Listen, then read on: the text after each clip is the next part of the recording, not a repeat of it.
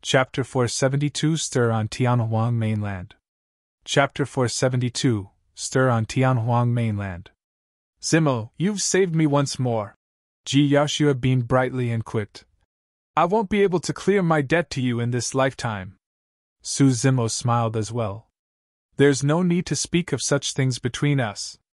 8 Meridian Foundation Establishment. Seems like you've gotten quite a bit of opportunities in the depths of the ancient battlefield. Indeed, I've gotten some. It had to be said that Su Zimo had truly benefited way too much in this ancient battlefield expedition. Notwithstanding the inheritances and treasures, his cultivation realm gained through this 1 year in the ancient battlefield was already enough to make up for dozens of years of cultivation on Tianhuang Mainland. Suddenly, Ji Yaoxue's expression changed as she asked, Xiaoning and the others. Su Zimo's group had 6 people when they left. Now that he was the only one who returned, Ji Yaoxue had a bad feeling about things. Don't worry. Su Zimo waved his hand. All of them received their own opportunities and joined some older and more powerful sections. In fact, some of them might have already left the Tianhuang North region. Xiaoning's Elixir Yang sect was located far away in the Middle Continent. Tianhuang Mainland was boundless and vast. If a Foundation establishment cultivator wanted to travel from the North region to the Middle Continent, they would have to be on the road day and night for dozens of years even without resting. That was also without taking into account the possible dangers they might encounter along the way. In reality, it was something that was difficult even for golden cores too. Only nascent souls could protect themselves well enough to attempt to travel out from the North region and roam everywhere. It was likely impossible for the siblings to meet one another in the near future after this separation. That was the reason why Su Zimo wanted Night Spirit to stay by Xiaoning's side and look after her. As for Little Fatty, Leng Ro, Ji Qingtian and Shi Jian, they were worlds apart as well. It was unknown if he would still have the chance to meet them in this lifetime. At that thought, Su Zimo could not help but feel slightly emotional and wistful. Zimo, you're still worried about Blood Crow Palace taking revenge, right?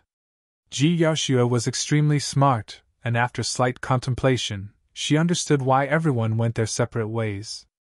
Su Zimo had killed the young master of the Blood Crow Palace, and even nearly caused the palace lord himself to die in the primordial ruins.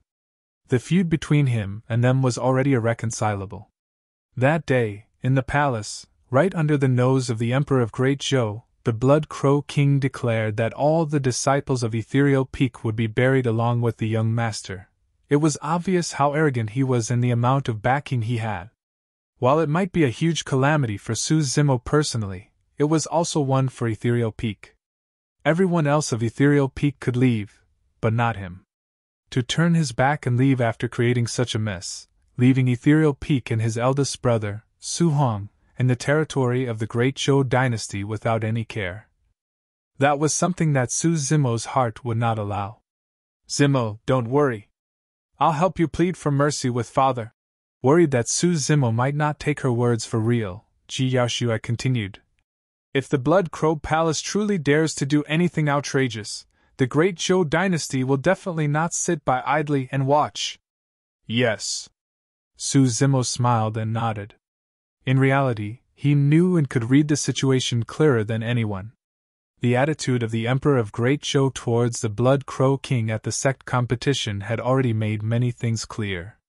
Even the Great Zhou dynasty was wary of the Blood Crow Palace's lord. Or rather, it was cautious of the witch race behind it, one of the primordial 9 races. It was almost hopeless to think that the Great Zhou dynasty would interfere in the matter. Yaoxue, prepare yourself. We'll head to the teleportation spot and return to the Great Zhou dynasty. All right. With the year in the ancient battlefield about to end, many cultivators were returning to Tianhuang Mainland. Some were ecstatic while some were worried. Some cultivators even had a surreal feeling of escaping a great calamity. They could only heal the trauma in their hearts gradually after returning to their sects in Tianhuang Mainland. Right after, heavy news started spreading through the super sects of the cultivation world, akin to gigantic boulders tossed into the middle of lakes and creating massive waves. After 1,000 years, the Saber Emperor's inheritance was obtained by a cultivator, and the Saber Mountain Spirit Sea vanished. Right, more than 100 cultivators of Poison Sect were killed by a single person, and even Malevolent Earth Sect and Glass Palace were implicated. How savage! Who is he?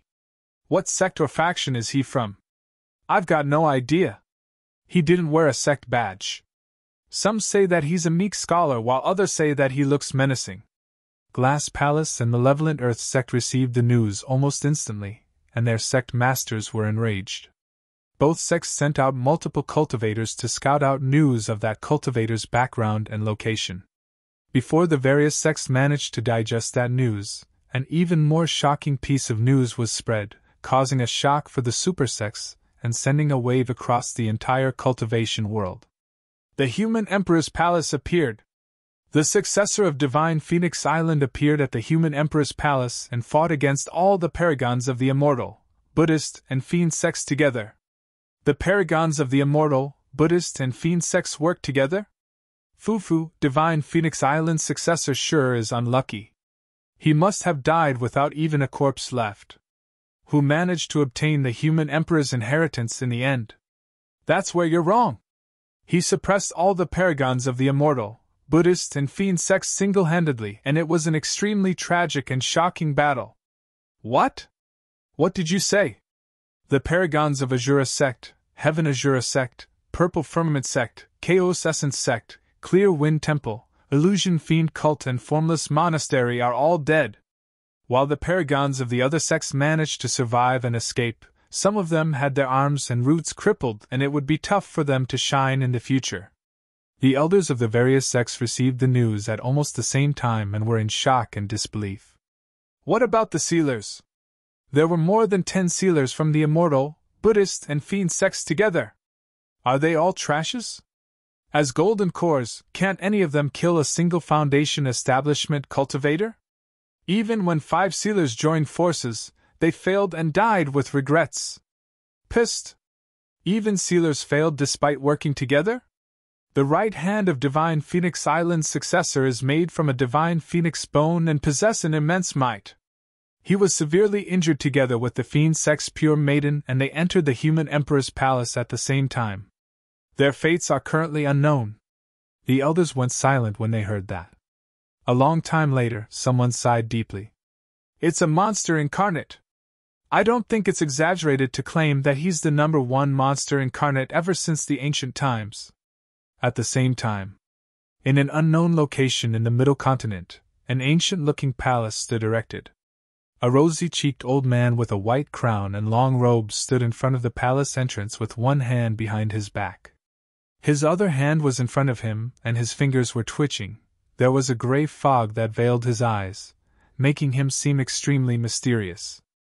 Old man, have you divined anything?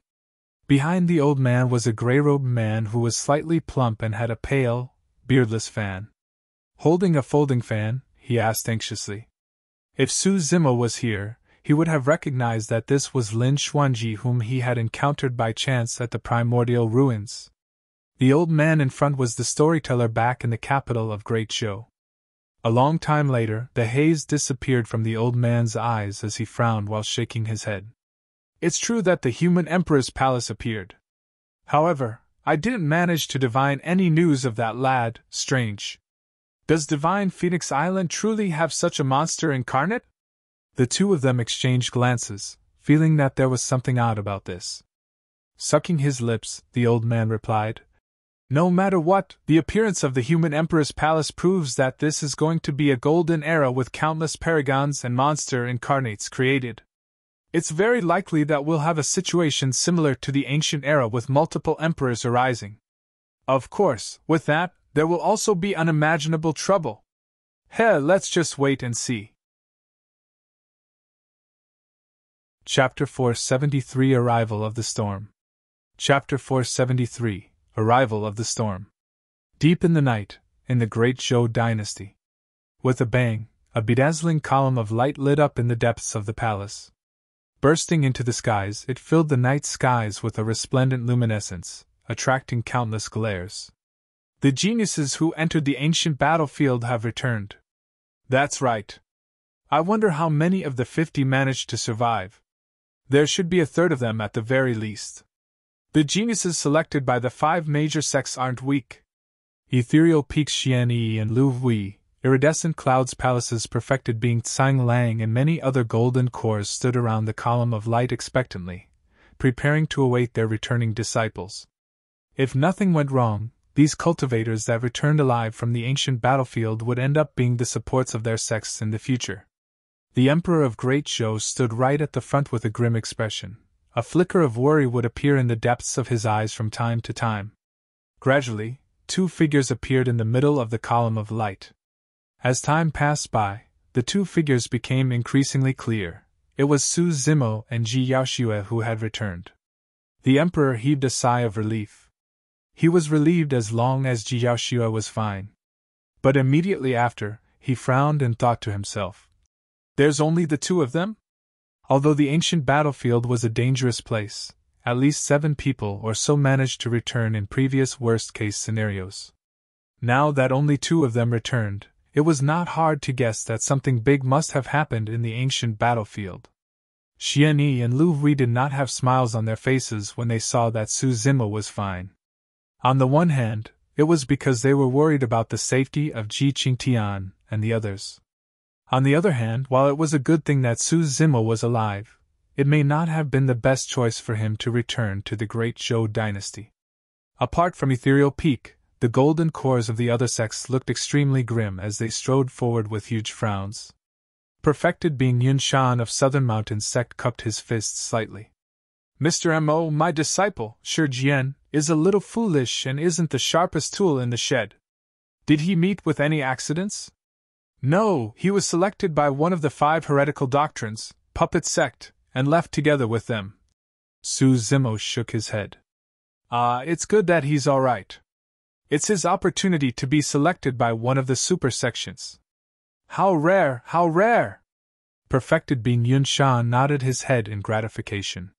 For the sects of the Great Zhou dynasty, super sects such as the 9 immortal sects, 7 fiend sects, 6 Buddhist monasteries, 5 heretical doctrines and 4 unorthodox groups were insurmountable mountains. If a disciple of their sect managed to join them, it would be an enormous feat, and those sects could not be any happier. For example, with their connection to Shi Jian, Southern Mountain sect would most likely have the massive backing of puppet sect in the future. "What happened in there? Why are you 2 the only ones who have returned? Where are the others?" "Liang Mao is my personal disciple and he was the number 2 of the talisman ranking. His strength is decent and he has a careful nature, there's no way he could have died." "Mr. Mo, did my disciple manage to obtain any opportunities?" Many golden cores glared at Su Zimo, asking repeatedly with threatening gazes. Su Zimo frowned with a look of impatience. "Everyone, please be silent." Ji Yaoxue stood forward and gestured for silence with both hands. Although she was only a princess, her gesture already possessed the dignity of the royal family. The crowd instantly went silent. In an unhurried manner, Ji Yaoxue recounted the events in the ancient battlefield, including Jun Hao's true identity, Jian Yu's betrayal and Si Yutang's choice. Everyone was startled and speechless. Nobody expected that this ancient battlefield expedition would have met with such immense dangers. Perfected being Tsang Lang's expression was grim as he narrowed his gaze and sneered. "This is only your side of the story. Who knows if you had conspired with Su Zimo to kill my disciple, Si Yutang? Tsang Lang, are you suspecting my daughter?" The Emperor turned slightly and glared at Perfected being Tsang Lang expressionlessly. "Ha, I wouldn't dare to." Chuckling, Perfected being Tsang Lang looked at Su Zimo deeply and said in a cold voice, "Lad, don't think that you've got the rights to stand shoulder to shoulder with me just because you know how to refine weapons. The grudges between us will have to be settled sooner or later, wait and see." With that, Perfected being Tsang Lang laughed sinisterly and left the hall. The other cultivators gradually as well after seeing that they wouldn't be able to obtain any news from the 2 of them. "Take care." Su Zimo bid farewell to Ji Yaoxue. "You too." Ji Yaoxue's head was slightly lowered and her eyes revealed a trace of reluctance. Su Zimo left the palace together with Lu Hui and Qian Yi. Along with Nian Qi of Mo's Spirit Weapon Workshop, they boarded a spirit vessel and sped in the direction of Ethereal Peak. A long time after Su Zimo left, Ji Yaoshua was still standing on the spot gazing in the direction he left in, unwilling to leave. The Emperor said softly, "Shuer, although that man is a rare paragon, it's best for you to not have any contact with him." Ji Yaoshua's heart sank when she heard the Emperor's tone. Be it Ethereal Peak or Su Zimo, they are most likely doomed against the impending calamity. After traveling for more than half a month, the four of them finally returned to Ethereal Peak. Ever since that battle at Dongling Valley, Su Zimo had left the sect for many years. Now that he had returned once more, he felt deeply emotional. Nianqi was curious, and surveyed the place intently. The four of them stopped instinctively as they arrived at the tall peak in front of the mountain. Back then, this was where when Qian and Qian Yi accepted Su Zimo into Ethereal Peak. The memories were fresh as yesterday. Lu Hui remarked, "It's a pity that Wen Qian couldn't wait till you've returned." "No matter. If Wen Qian knows of your current achievements in the afterlife, he'll definitely feel comforted as well." Qian Yi patted Su Zimo on the shoulder encouragingly with a smile. "All right, go take a look around the sect and catch up with everyone. Thereafter, go into seclusion as soon as you can." Qian Yi gazed at the distance with a grim expression as he murmured softly, "I've got a premonition that a storm is about to arrive." Upon returning to Ethereal Peak, Su Zimo visited the disheveled old man first. Thereafter, he visited the sect master and recounted some of the events of the ancient battlefield. In that period of time, Little Crane came over and chirped repeatedly with extreme joy. After not seeing one another for many years, the man and beast were not distant at all and got along like before. Monkey and the spirit tiger had not returned still, and their locations and fates were unknown. Senior Crane had already been in seclusion for a year, and nothing had happened still. She was the true pillar of support for Ethereal Peak, and if anything happened to her, Ethereal Peak would be destroyed by the impending storm. Su Zimo took a spin around the sect before heading to seclusion. Right now, he was already at the peak of 8 Meridian Foundation establishment. His aim of entering seclusion was to unlock his 9th Spirit Meridian and become a 9 Meridian Foundation establishment cultivator.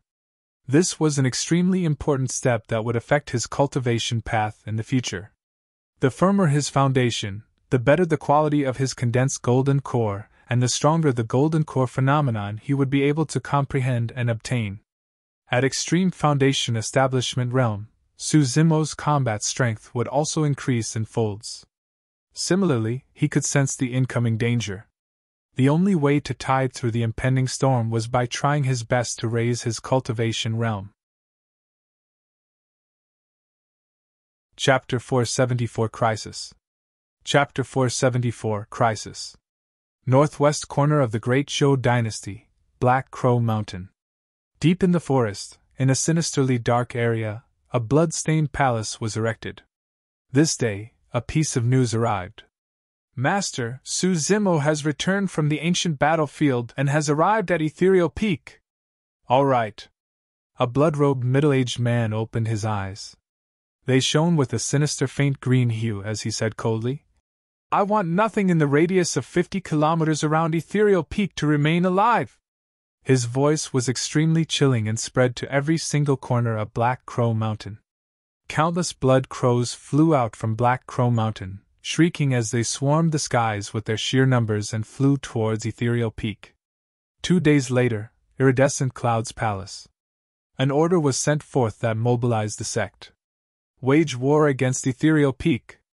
Throughout the years, all the sects in the territory of Great Zhou had harbored coveting thoughts towards Ethereal Peak, Iridescent Cloud's palace included. Everyone knew that the arrival of the order meant that Iridescent Cloud's palace was absolutely confident. It was extremely likely that for this battle, a void reversion Dao being, Iridescent Cloud's palace's founder master, would appear. Perfected being Sun Lang could not help but roar in laughter. Su Zimo, oh Su Zimo! Even if you manage to cultivate and join Ethereal Peak, so what? At the end of the day, you still can't escape death. Almost at the same time, news spread within True Fire Sect that the sect master was leading an army to wage war against Ethereal Peak. True Fire Sect's elder, Sima Ji, clenched his fists tightly. He laughed endlessly in a cold manner and sneered. I've finally waited for this day. Su Zimo, you killed my disciple and shamed me at the sect competition. I'm going to turn you into ashes. Not long after, many cultivators of Southern Mountains sect were mobilized. Azure Frost sect. A few golden cores stood together. Among them was Ji Yaoshua's previous master, perfected being Yi Ning, who had appeared at the sect competition. She sighed after hearing the news of everything outside. Actually, this was a situation that everyone had predicted long ago. Ever since the death of Ethereal Peak's founder master, they were already weakened and their only support was an aging demon beast. The foundation of Ethereal Peak was stronger than the other 4 major sects, and they had been established for a long time. Everyone was coveting the countless treasures and secret skills in their sect. Prior to this, the reason why the other sects did not dare to act recklessly was because they were wary of the old immortal crane that was at Void Reversion Realm. Each of the 5 major sects had a Void Reversion expert holding the fort and maintaining the balance. However, all the golden cores and nascent souls of the sects knew that once the old immortal crane was at the end of her lifespan, the balance would be broken and that would be the moment of Ethereal Peak's annihilation. Normally speaking, the other major sects would wait for dozens of years more. But now, with Blood Crow Palace leading the fight, apart from Iridescent Cloud's Palace, True Fire Sect and Southern Mountain Sect, there would be other sects and cultivators coming forth to Ethereal Peak to take advantage of the situation. It was most likely the same for perfected being Yi Ning's Azure Frost sect. Everyone kicks a man who is down, she sighed gently. She could not help but feel regret when she recalled the scholarly green-robed cultivator at the sect competition. Within 10 days, all the sects within the territory of Great Zhou heard about this and moved one after another. Their target was Ethereal Peak. So what if you're the #1 weapon refinement master of Great Zhou? At the end of the day, you're just doing it for all of us. Hee, notwithstanding the secret skills of Ethereal Peak, there are countless high-grade spirit weapons in Mr. Mo's possession alone. Instantly, the world was moving. Ethereal Peak. Hundreds of golden cores stood in Ethereal Palace, most of them discussing in hushed whispers with grim expressions. Sect Master Ling Yun sat in the middle of everyone. His eyes were closed, and he was expressionless. Reporting in, Sect Master! A golden core strode hastily into the hall and said deeply, Some blood-eyed crows have suddenly appeared in the forest outside the sect and more are gathering. Got it. Sect Master Ling Yun replied indifferently. He did not open his eyes still. The hearts of many golden cores skipped a beat as they thought to themselves, It's coming! At the end of the day, they could not avoid this crisis still. Initially, this crisis would take another dozens of years to arrive with the backing of the old immortal crane. However, nobody expected that something would change in this period of time. By some freak accident, Su Zimo was embroiled in an irreconcilable feud with Blood Crow Palace's lord, and that resulted in the situation today. It's all Su Zimo's fault. If it wasn't for him, we wouldn't have made enemies with a sect as strong as Blood Crow Palace. Finally, a golden core could not help but bark with a grim expression. That's right. Someone else declared. Sect Master, let's just hand over Su Zimo. Perhaps it might help to quell the anger of Blood Crow Palace. That's correct. Why should Ethereal Peak die together for Su Zimo's feud? The voices of dissent were growing louder in the hall and many golden cores were moved. Bullshit! The disheveled old man could not help but curse as he blew at his beard with widened eyes. Pointing at the golden cores who spoke, he shouted, How dare you have the cheek to speak of such words? Do you think that we wouldn't have a feud with Blood Crow Palace if Su Zimo wasn't here? Who was the one who killed so many cultivators of our sect in the battle at Dongling Valley? Who was the one who killed Peak Master Wen Qian? The disheveled old man's question caused everyone to go silent. The few golden cores who spoke at the start were quiet as well. Loudly, the disheveled old man hollered. Everything else aside, if not for Su Zimo, all our disciples at Dongling Valley would have died in the battle. Instead, you guys are talking about his great deed like it was a mistake. Have your consciences been eaten up by dogs? The disheveled old man's angry scolding reverberated in the hall deafeningly. Qian stood up and said grimly, Additionally, back at the sect competition, if Su Zimo hadn't held the fort, Ethereal Peak would have been thoroughly shamed and turned into a joke of the cultivation world of great show. Countless people would be disheartened if we hand over a disciple as such. That's enough. Opening his eyes, Sect Master Lingyun said calmly. Even if Su Zimo did not contribute as he did and was merely an ordinary disciple of Ethereal Peak, there's no way we will cast him out.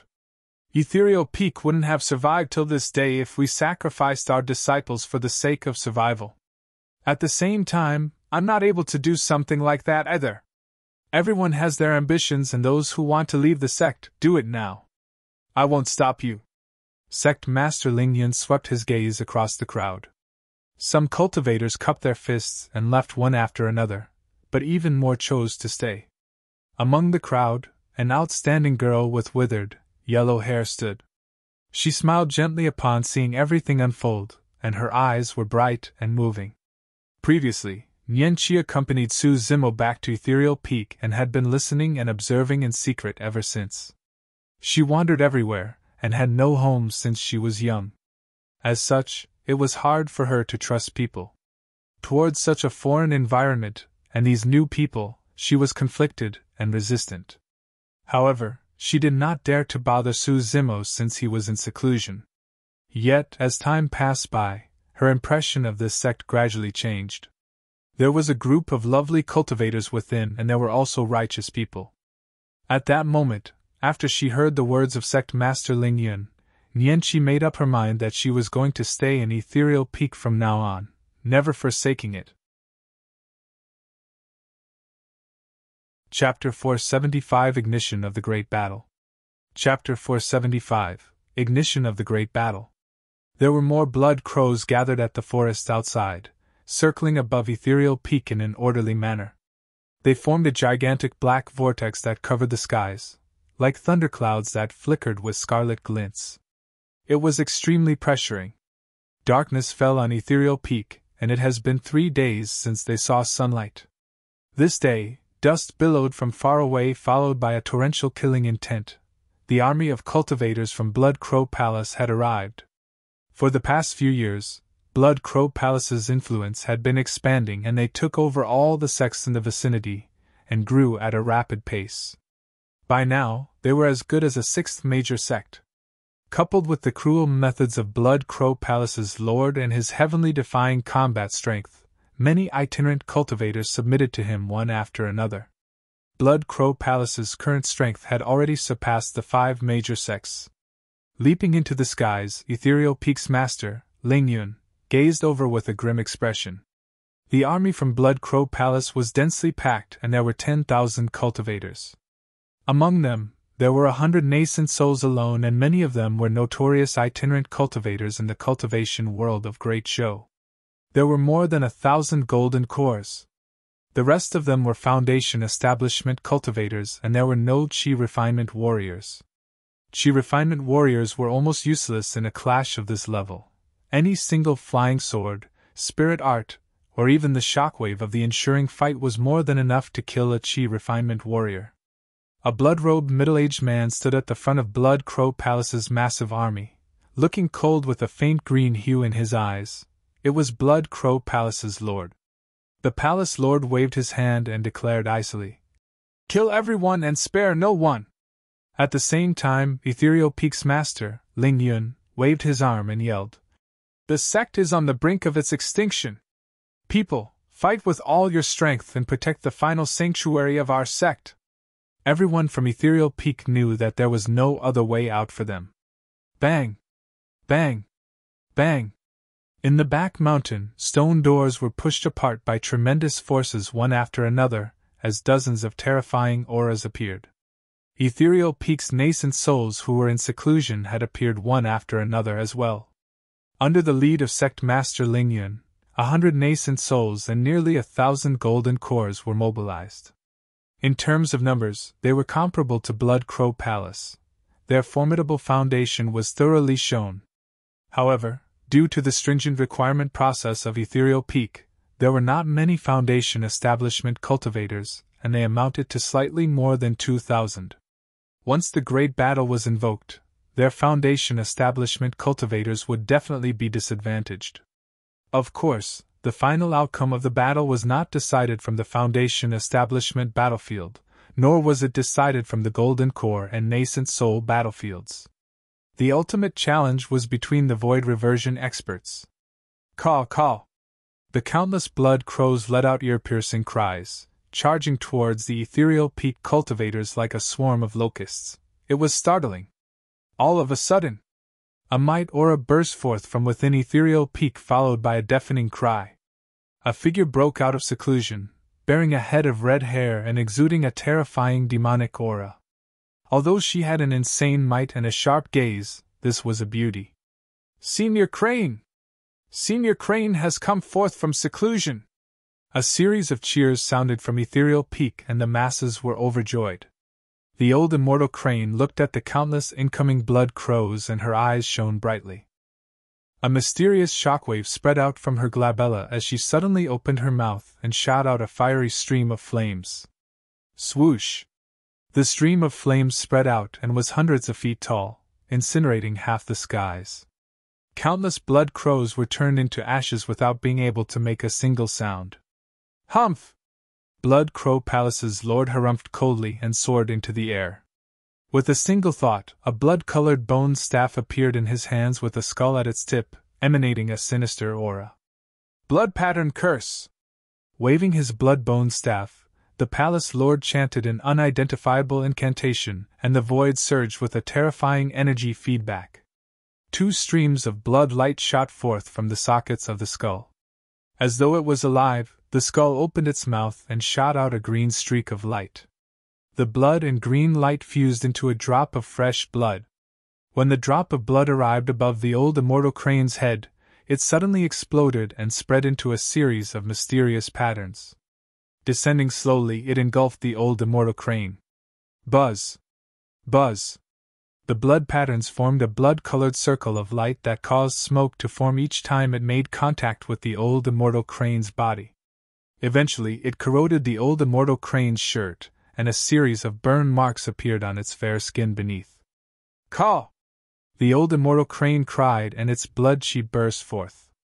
Instantly, its body and flesh expanded, while its bones changed structures as it transformed.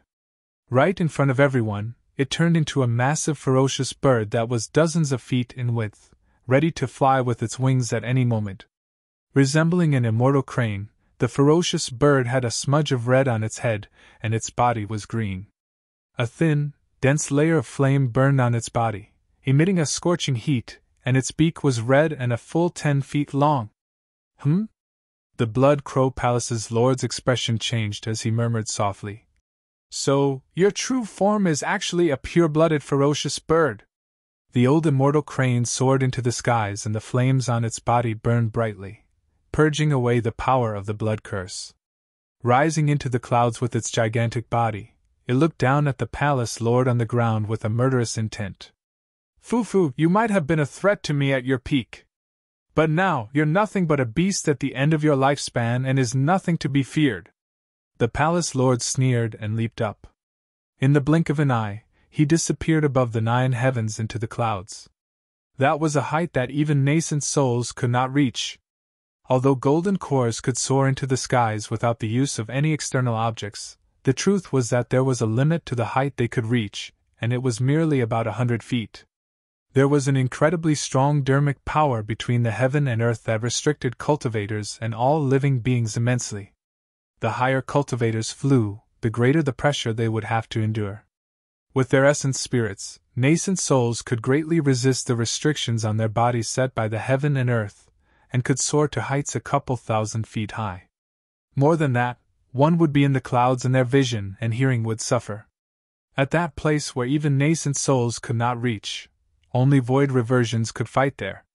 The great battle was invoked beneath Ethereal Peak.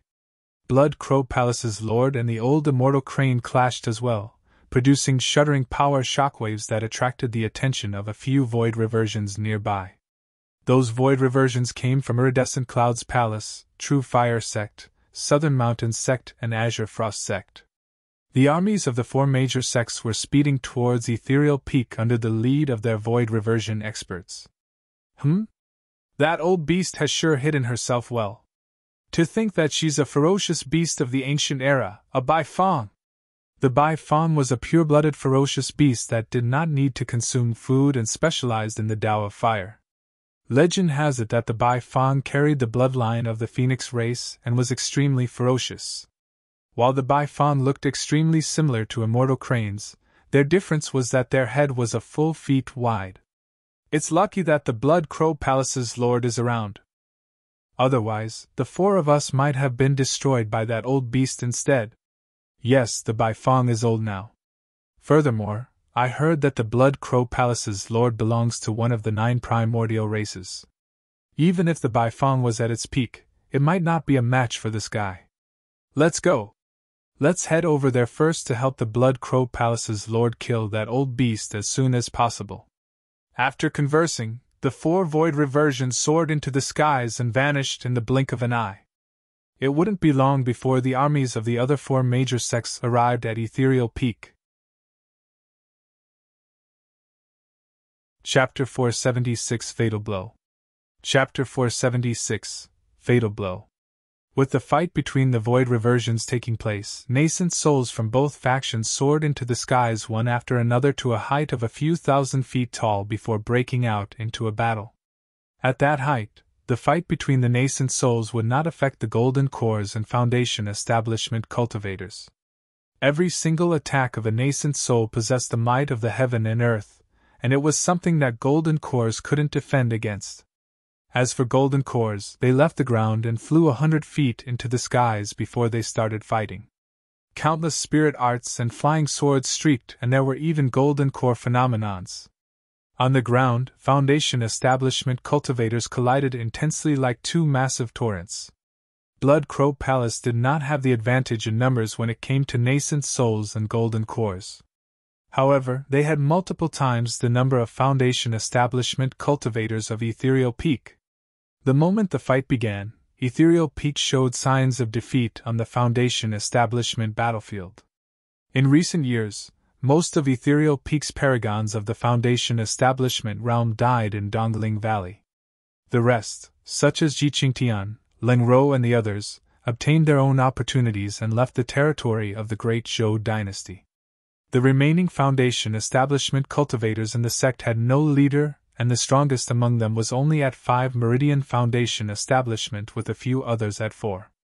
As for the 9,000-odd Foundation Establishment cultivators on Blood Crow Palace's side, there were 2 of them at 6 Meridian Foundation Establishment, and dozens at 5.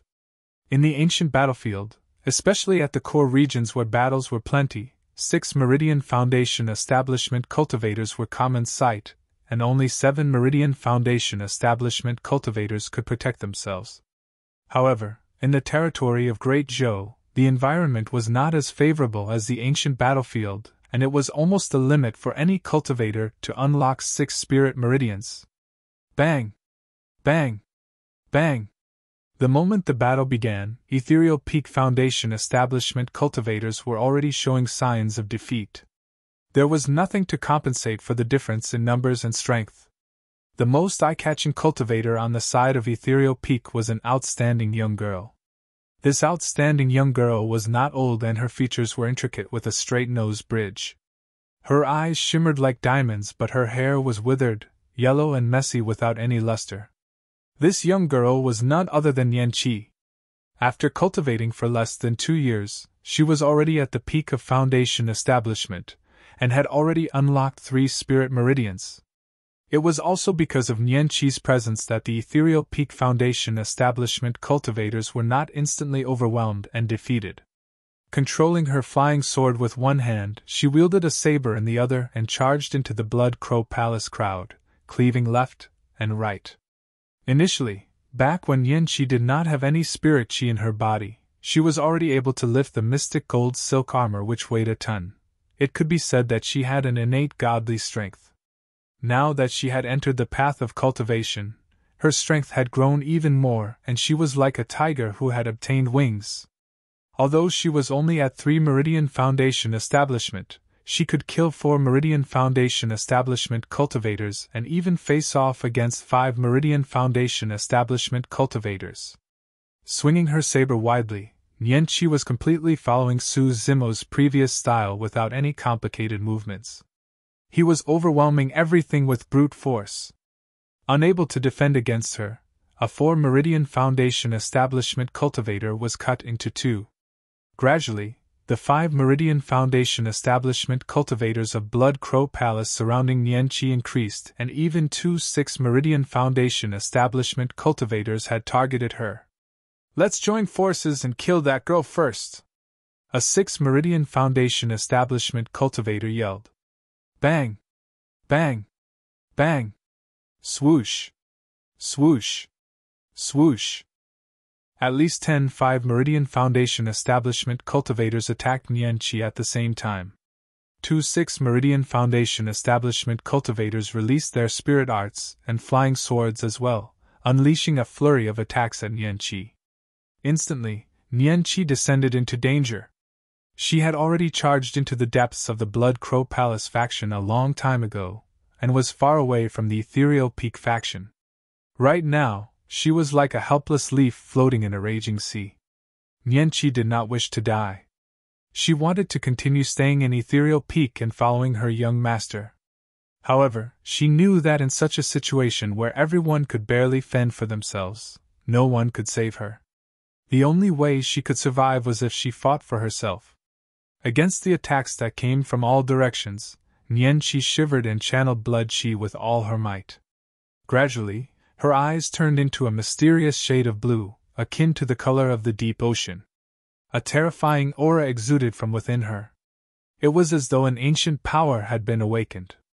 Ah! Roaring into the skies, Nianqi let out an ear-piercing shriek. Her initially wrinkly hair turned silky smooth, swaying on its own and giving off a bright luster. Although she had nothing beneath her feet, she rose slowly into the air and stood upright. It was like a godly being of the universe with a pair of azure blue eyes and golden dancing hair. Her magnificence was outstanding and blinding. That scene did not cause much of a stir to the golden cores and nascent souls. No matter what, Nianqi was just a foundation establishment cultivator. While the aura that she suddenly gave off was terrifying and even shuddering, it was not strong enough to threaten the golden cores. However, thousands of feet above the clouds, the expression of Blood Crow Palace's lord who was embroiled in a battle currently changed.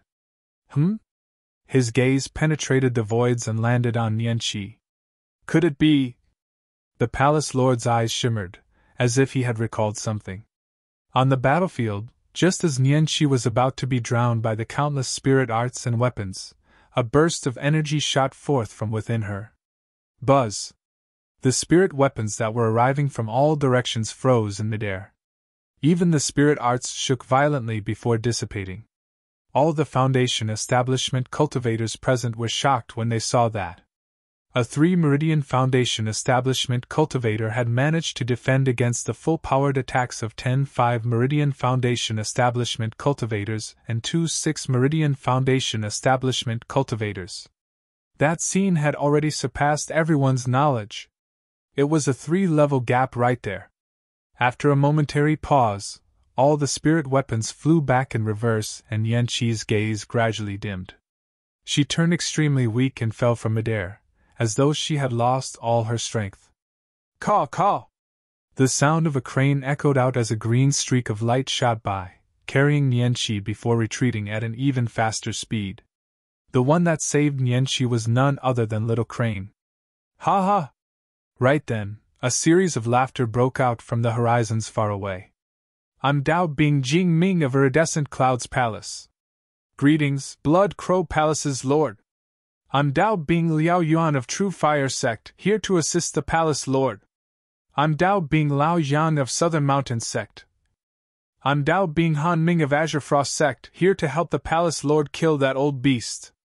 4 terrifying auras surged over and climbed thousands of feet into the clouds instantly, surrounding the old immortal crane. The ethereal peak cultivators felt their hearts sink. The immortal crane was old and it did not have a clear advantage against Blood Crow Palace's lord. But now, there were 4 more void reversion experts. Spirit vessels sped over from the horizon with a murderous intent. Not long after, cultivators of the other 4 sects arrived. There were a full 200 nascent souls and 2,000 golden cores combined from the other 4 sects. Together, there were more than 10,000 Foundation establishment cultivators. The insertion of such a massive amount of power into the battlefield was almost a fatal blow for Ethereal Peak. Initially, Ethereal Peak was holding its ground on the nascent soul and golden core battlefields. But now, all 4 battlefields of Ethereal Peak had fallen into an encirclement, and could collapse at any moment to be entirely annihilated. Almost at the same time, a deafening bang sounded from a cave abode within Ethereal Peak. A figure had broken out of seclusion. Chapter 477 Desperate Situation. Chapter 477 Desperate Situation. With the addition of the other 4 major sects, the situation of the battle changed. The old immortal crane was fighting 1 against 5 and spread its wings, causing gusts of wind to howl and the clouds to shift endlessly. Dharmic powers filled the skies as it roared in anger, fighting with its fullest strength. Although the old immortal crane was aged, it still had the remaining dominance as a pure-blooded ferocious bird. Shoo! Shoo! Shoo! It released a shocking demonic skill and tens of thousands of feathered wings shot forth from its body. Burning with scarlet flames, each feathered wing was like an apocalyptic spear. Shooting forward fiercely, they tore through the voids and left countless holes. Let a blood curse mirror be formed with my blood! The Blood Crow Palace's lord bit his fingertip and flicked out a drop of fresh blood. Waving his bone staff, he guided that drop of blood and drew an obscure arc in midair. Chanting an incantation, he created a mirror of blood water swiftly before him. The flurry of red feathered wings shot over and created blood waves as they collided against the surface of the mirror before their flames were extinguished. The other 4 void reversions did not dare to be careless and defended with all their might. Instantly, dharmic powers surged and runes appeared, shaking the world as endless light burst forth. The void was illuminated, and it seemed as though the firmaments were collapsing. That demonic technique had expended almost all of the old immortal crane's remaining life essence. Its gaze dimmed slightly, no longer as sharp as before. Not far away from Ethereal Peak, an army of cultivators clad in armor appeared in the void. All of them stood upright in midair wielding long spears, looking stoic. It was an army of golden cores. A carriage was escorted in the middle of the army. In front of the carriage stood 2 people, a man and a woman. The middle-aged man wore yellow robes and frowned deeply. Looking at the great battle above the clouds, he shook his head and sighed. Swear as you wished, I brought you here. You can see for yourself now that it's going to be tough for Ethereal Peak to avoid this calamity. The man and woman were the Emperor of Great Zhou and Ji Yaoxue. Ji Yaoxue could not help but ask, Father, why do you refuse to lend them a hand? Our Great Zhou dynasty clearly has more than 1 void reversion to back us up. The Emperor shook his head in silence. Ji Yaoxue continued, Furthermore, I heard that there's a patriarch in Great Zhou who is still alive, and he is a Dharma characteristic Tao Lord. The Dharma characteristic realm came after the void reversion realm. Those that are in the void reversion realm gain the title of Tao Being, while those in the Dharma characteristic realm gain the title of Tao Lord. After a moment of silence, the Emperor said softly, Swear actually, the patriarch was the one who made the decision to not interfere. Why? Ji Yaoxue was in disbelief as she questioned.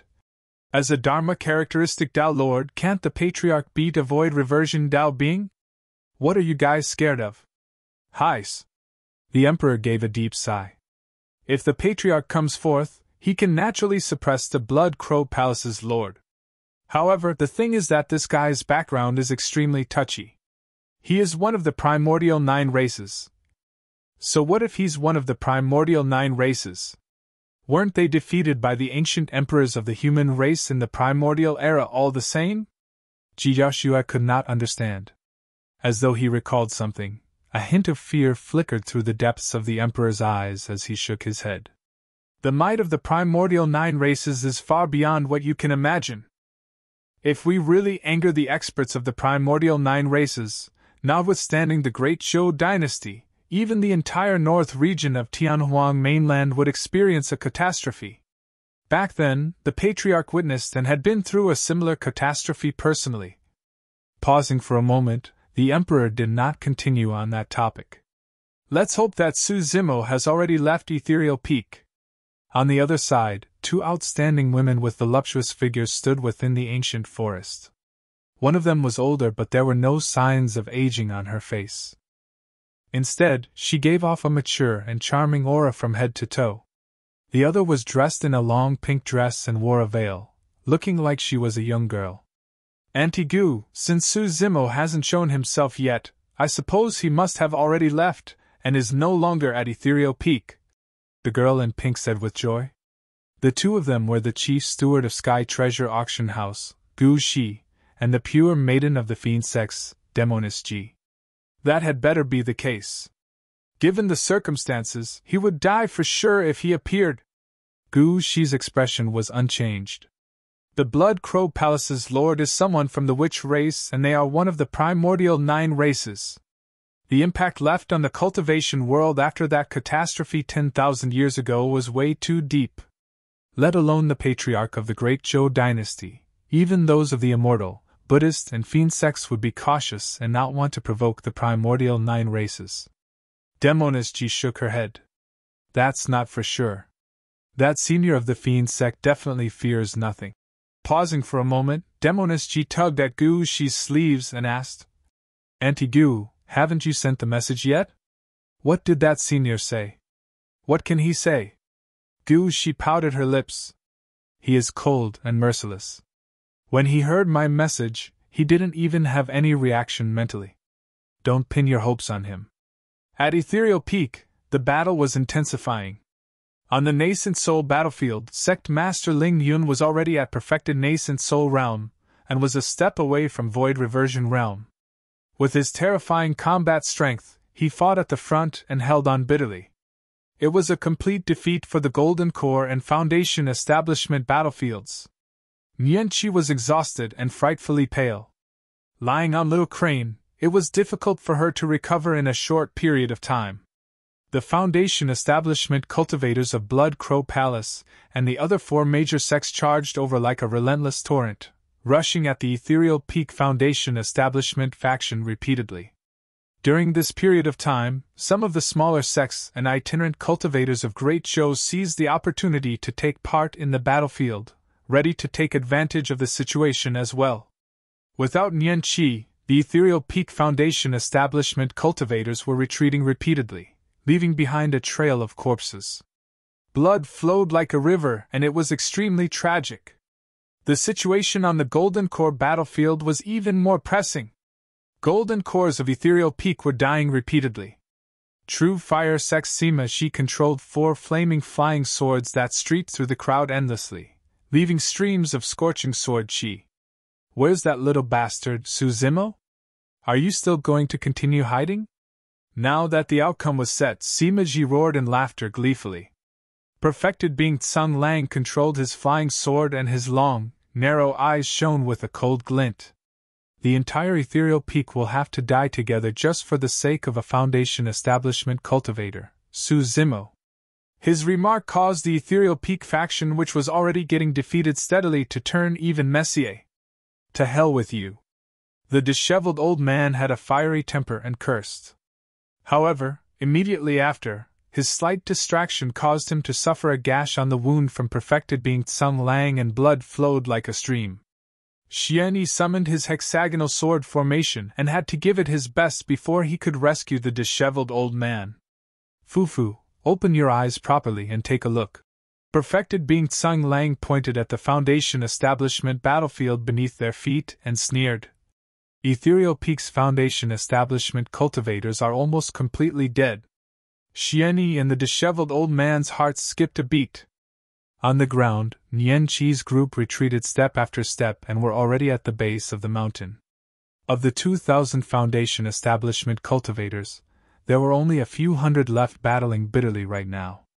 All of the disciples carried injuries and panted heavily. They were almost at their limits. Swoosh! Swoosh! Swoosh! Right then, 10 streaks of dark light shot forward from the back of the mountain, sending forth a shuddering impact. As the 10 dark lights streaked through, a terrifying air current surged and smashed the tiles on the ground. The mud was overturned and 10 long ravines were formed. Fast as lightning, a green-robed cultivator surged over with a murderous intent. Flapping his spirit wings furiously, he wielded a gigantic moon-colored bow and exuded a torrential aura. Chapter 478 Extreme Foundation Establishment, the Second Human Emperor. Chapter 478 Extreme Foundation Establishment, the Second Human Emperor. The 10 dark lights arrived instantly and shot into the crowd viciously. Poof! Poof! Poof! Flashes of blood appeared. The 10 dark lights were so strong that their momentums were still ferocious even after penetrating the bodies of more than 10 cultivators. They were unstoppable.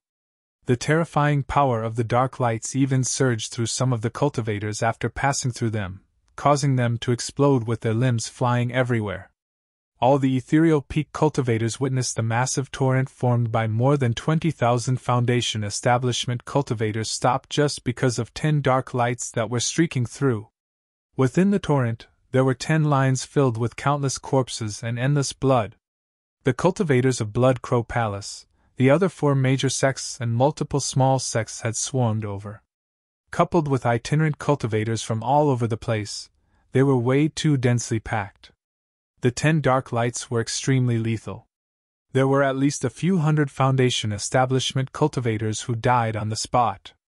With more than 20,000 cultivators on the Blood Crow Palace's faction, the few hundred dead Foundation Establishment cultivators could not be considered as a great amount of damage. However, it created a trauma within everyone's hearts. Su Zimo! Someone with a keen eye exclaimed upon recognizing the identity of the green-robed cultivator. No wonder the dark lights were so terrifyingly lethal. Hurry, look! The bow in his hand is a perfect spirit weapon! Indeed! Many Foundation Establishment cultivators were jealous, and were raring to give it a shot. They had heard long ago that Su Zimo was the #1 weapon refinement master of Great Zhou, and the lousiest weapons in his storage bag were supreme-grade spirit weapons. In fact, he even possessed perfect spirit weapons. The rumors were true. Many Golden Cores turned to look from the Golden Core battlefield. On the sect competition, Su Zimo had made a name for himself, and how could anyone not know or have not heard of the title of the #1 weapon refinement master of Great Zhou? True Fire Sect Sima Ji's eyes lit up as he roared in laughter. Good, good! Su Zimo, you've got guts to appear. I'll have you pay for my disciple's death. Perfected being Tsang Lang's long, narrow eyes were locked on Su Zimo. Looking down from above, he sneered. Su Zimo, so what if you manage to join Ethereal Peak? You still can't escape death. A few years ago, back in Pingyang Town, I should have killed you together with that beast. No matter how you struggle, you can't fight against the cycle of your fate. Su Zimo's gaze was indifferent as he stood on midair and surveyed the surroundings. His gaze seemed to contain an enormous might that could overwhelm and overpower everything. The Foundation Establishment cultivators on the side of Blood Crow Palace felt their hearts clench when they met with Su Zimo's eyes. That person gave off a frightening aura. That was an aura that was built from endless bloodshed and countless corpses. In the ancient battlefield, even many paragons of the immortal, Buddhist and fiend cultivation sects died in his hands. Since the strongest cultivators here were only at 6 Meridian Foundation Establishment at best, none of them could withstand Su Zimo's aura. When he saw the corpses of Ethereal Peak disciples on the ground, Su Zimo's killing intent spewed out of his eyes. Die! Putting away his moon concealment bow, Su Zimo's sleeves waved and 18 supreme-grade flying swords appeared. However, all 18 of them disappeared in the blink of an eye, forming ripples in the void, as though fishes were gliding through water. Not good! That's Ethereal Peak's secret skill! Everyone watch out! Arg! Someone screamed tragically. Sword light flashed and a few 5 Meridian Foundation establishment cultivators died on the spot without any chance to fight back at all. Condense! A 6 Meridian Foundation establishment cultivator crushed multiple protection talismans and released High Sec's secret skill. Right after, he took out a supreme-grade defensive shield, used it to block in front of him. Clang! The flying sword did not pause at all upon colliding with his supreme-grade shield, causing the latter to explode immediately. Poof! Poof! Poof! Against Su Zimo's flying sword, his secret skills and protection talismans were akin to paper and were disintegrated instantly. A flash of blood appeared and a gigantic head fell down neatly. A 6 Meridian Foundation establishment cultivator was dead. The Blood Crow Palace faction was in chaos, and the expressions of many cultivators changed. How could that be? They were both supreme-grade spirit weapons, but why did the other party's flying sword destroy the shield immediately? Unless... Many cultivators turned over instinctively. Pissed. In midair, underneath Su Zimo's green robes, spirit meridians shone one after another in a bedazzling manner, wrapping around his body like metal chains. 1, 2, 3. 9 spirit meridians! Was it a hallucination? Many cultivators rubbed their eyes and looked again before gasping. Pissed! There were a full 9 spirit meridians! Even 8 Meridian Foundation establishment cultivators would be able to barbarically suppress the entire Foundation establishment battlefield, let alone a 9 Meridian Foundation establishment cultivator. As Su Zimo stood on midair, his Dantian spirit sea churned rapidly, and rich spirit energy surged through his 9 spirit meridians. He was like a god of the universe with a mighty aura. Many cultivators were aghast. The Foundation establishment cultivators were not the only ones. Even the Golden Cores and Nascent Souls were shocked when they saw what was going on. In the territory of Great Zhou, it has been 1,000 years since there was even an 8 Meridian Foundation establishment cultivator. As for 9 Meridian Foundation establishment, ever since the ancient era, there had never been a second person to reach that realm apart from the human emperor. The legends are true. The 9th Spirit Meridian can truly be unlocked. Extreme Foundation Establishment, the second human emperor. A wary look flashed through perfected being Tsang Lang's eyes, followed by a feeling of trepidation. It was lucky that Ethereal Peak was on the brink of annihilation, and Su Zimo wouldn't be able to escape death. Otherwise, if that lad were to grow further, who in the territory of Great Zhou would be able to stop him? He is the #1 weapon refinement master of Great Zhou, and now, he's even at the Extreme Foundation Establishment realm. Once he forms a core, he would definitely develop a phenomenon as well. Sect Master Ling Yun sighed internally. Such was the cruelty of fate. They could only blame the sect for being unlucky. If they had not met with such a calamity, with talents such as Ji Qingtian, Leng Rou and the others, they would definitely rise to be the #1 sect of the Great Zhou dynasty. As for Su Zimo, his accomplishments would even be more limitless. In fact, he might even be able to lead Ethereal Peak to become one of the top factions of Tianhuang Mainland. Alas! The Blood Crow Palace's lord narrowed his eyes and his killing intent deepened. His personal feud with Su Zimo aside, the fact that this lad was at Extreme Foundation Establishment meant that he had to be killed. A second human emperor must not be allowed to appear on Tianhuang Mainland. The 18 supreme-grade flying swords streaked through the crowd, and none of the Foundation establishment cultivators could defend at all. It was a complete massacre.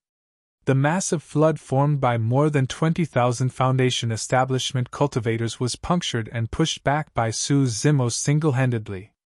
Everyone from Ethereal Peak was reinvigorated. At that moment, Su Zimo flapped his spirit wings and rose into the air. He was actually arriving at the Golden Core battlefield 100 feet high. Zimo, hurry back down! The disheveled old man shouted hurriedly when he saw that. The fight between Foundation establishment cultivators would only take place on the ground, and no one would soar into the skies 100 feet high. Given the chaotic battlefield, the flying swords and spirit arts of golden cores carried an absolutely destructive power against Foundation establishment cultivators. To everyone, Su Zimo's move was complete suicide. Ha ha! Composing himself, Sima Ji roared into laughter. Even if you're at extreme Foundation establishment, you're still just a Foundation establishment cultivator. Everything is futile before you form a core, and you'll never ever be able to experience the power of being at Golden Core realm. It's been a long time since I've experienced the feeling of murdering a talent. Perfected being Tsang Lang smiled gently and said coldly, Su Zimo, thank you for granting me that feeling today.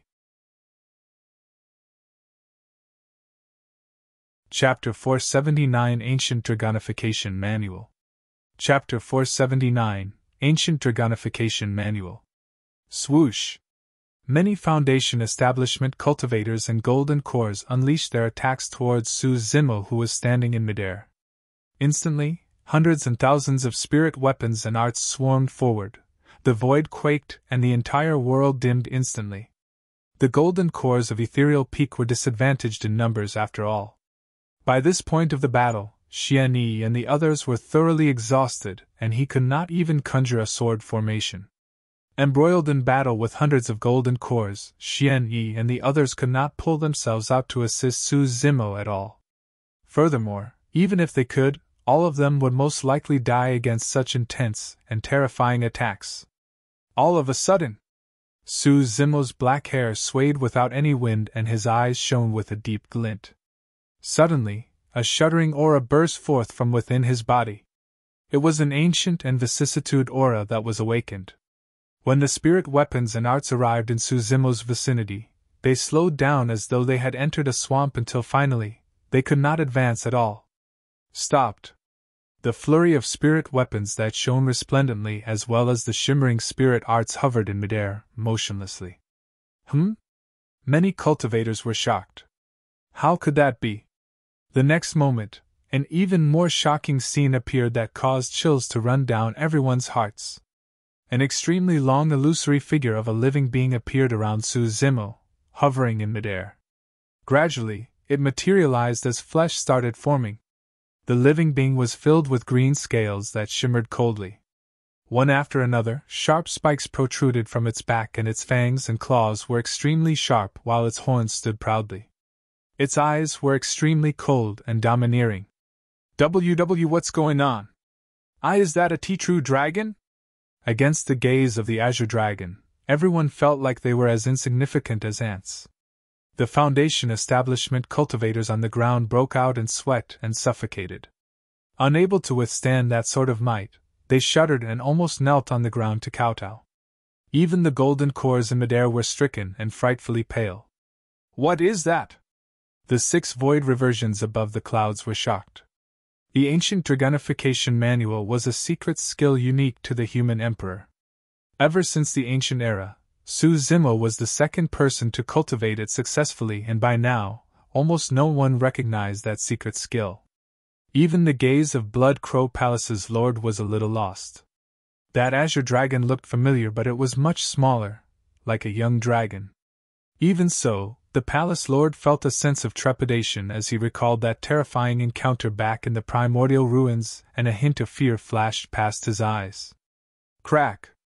Crack! Crack! A series of ear-piercing shrieks rang. Against the immense pressure, cracks started appearing on the countless spirit weapons that were initially hovering in midair. Suddenly, they shattered, scattering onto the ground like scrap metal. Only superior and supreme-grade flying swords were able to remain intact. Countless spirit arts dissipated as well. The crowd was in an uproar. How terrifying did his power have to be such that spirit weapons couldn't endure it and shattered on the spot? The Azure Dragon was lifelike with intact flesh and coiled around Su Zimo's body, spiraling upwards like a variant beast that was guarding him. As Su Zimo surveyed his surroundings, the gaze of the Azure Dragon above him shifted as well. The man and dragon moved in tandem. Nobody dared to meet with their gazes at all. Su Zimo's eyes were like lightning, and he suddenly took a deep breath, puffing his chest. The Azure Dragon coiling around him took a deep breath as well, and its body expanded extensively. Raising its chest, a tremendous air current surged and formed a series of cyclone in midair. There was a slight pause. Both of them opened their mouths and let out a deafening roar that could break metal and rocks. Roar! Su Zimo was also letting off a dragon roar. In that instant, the entire world shook and the weather changed. Poof! Poof! Poof! The Foundation establishment cultivators closest to Su Zimo were unable to defend and their bodies ruptured, turning into blood mists without corpses. He was roared to death. The Foundation establishment cultivators that were slightly further also bled from all 7 orifices. Their gazes dimmed and they collapsed to the ground, dead. Right away, thousands of Foundation establishment cultivators died. Right now, Su Zimo was at extreme Foundation establishment, and he had already attained greater mastery of the mystic classic of the 12 demon kings of the Great Wilderness's orifice clearing section. His organs and orifices possessed shocking strength. After releasing the ancient Dragonification manual together with Thunderclap Kill, he instantly created an incomparably lethal impact. There was no way Foundation establishment cultivators could endure it as they were shocked to death on the spot. After the dragon roar, silence ensued. Corpses were strewn all over the Foundation establishment battlefield as their blood formed rivers. It was like a scene from hell. That single dragon roar crushed the hearts of many Foundation establishment cultivators present. The cultivators that wanted to take advantage of this situation initially fled far away, not daring to turn back. Although there were still more than 10,000 Foundation establishment cultivators from Blood Crow Palace and the other 4 major sects, none of them dared to advance and retreated instinctively. Everyone was trying their best to keep their distance from Su Zimo, and they shivered with fear in their eyes. He killed thousands of Foundation establishment cultivators with a single roar. Even the golden cores and nascent souls present had never witnessed such methods, let alone the Foundation establishment cultivators present. The dragon roar even caused some of the golden cores that were facing Su Zimo directly to clutch their ears in pain. Their bodies swayed and they nearly fell from midair. With a murderous intent, Su Zimo glared at perfected being Tsang Lang and said coldly, "You guys actually think you can kill me with your standards? Go!" Su Zimo pointed forward. The azure dragon coiling around him soared into the air and let out a torrential aura. Bearing its fangs and claws, it rammed 3 golden cores that stood at the front instantly, crushing their bodies entirely. Golden cores were dead. Furthermore, they died in the hands of a Foundation establishment cultivator. In the cultivation world, it was still rather common for cultivators to kill enemies that were minor realms above their levels. However, it was almost impossible for them to do that to enemies who were major realms above their levels. But right now, everyone witnessed it with their very eyes. At Extreme Foundation establishment together with the ancient Dragonification manual, Su Zimo now possessed the capabilities to kill golden cores. Another few golden cores attacked and released powerful spirit arts, conjuring pairs of heavenly encompassing palms that wanted to grab the young azure dragon. Roar! The azure dragon's body shone brightly and it roared. Charging before the few of them, it opened its gigantic mouth and devoured them. It took a couple of chomps and blood streamed down from the side of its mouth. Evil dragon, how dare you act so brazenly? Dozens of golden cores attacked at the same time. Their terrifying spirit energies created a series of chains that restricted the azure dragon. The azure dragon struggled and its body let out shocking strength, crushing the spirit energy chains of the golden cores. When it soared into the skies once more, it charged in front of perfected being Tsang Lang. Bang! Perfected being Tsang Lang was expressionless, and a sky spread out behind him. Filled with resplendent light, it was bedazzling and shot forth countless spirit lights with an alarming aura. It was a golden core phenomenon. Bang! Bang! Bang! The azure dragon charged at perfected being Tsang Lang's golden core phenomenon repeatedly, letting out shuddering echoes. A moment later, the azure dragon dissipated alongside perfected being Tsang Lang's golden core phenomenon. The crowd was shocked. A secret skill released by a Foundation establishment cultivator was able to go against the golden core phenomenon. If Su Zimo was at Golden Core Realm, that Azure Dragon would be even more terrifying and could very likely devour perfected being Tsang Lang in a single mouthful. Chapter 480 Fighting Golden Cores. Chapter 480 Fighting Golden Cores. Perfected being Tsang Lang broke out in cold sweat. He was at late-stage Golden Core, and yet, even after releasing his Golden Core phenomenon, he merely matched a single secret skill released by Su Zimo. This was the first time that perfected being Tsang Lang realized that the inexperienced and arrogant scholar of the yesteryears had surpassed his control and expectations.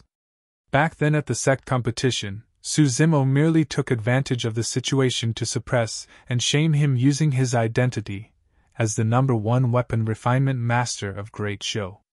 But now, this scholar was standing toe-to-toe with him in a battle. The difference between the two of them was almost an entire major realm. In the past, perfected being Tsang Lang cultivated to 6 Meridian Foundation establishment before forming his core. He managed to succeed while forming a Golden Core phenomenon of his own. At that point, he felt that his potential was not inferior to others, and at the very least, he was among one of the top few Golden Cores within the territory of Great Zhou. But right now, in front of Su Zimo, all his achievements dimmed in comparison. Perfected being Tsang Lang could not help but admit he made a wrong judgment in that small town back then. Time could not be reversed, and there were no medicine for regrets in the world. Right now, the only way out for him was to use everything he had to try and kill Su Zimo.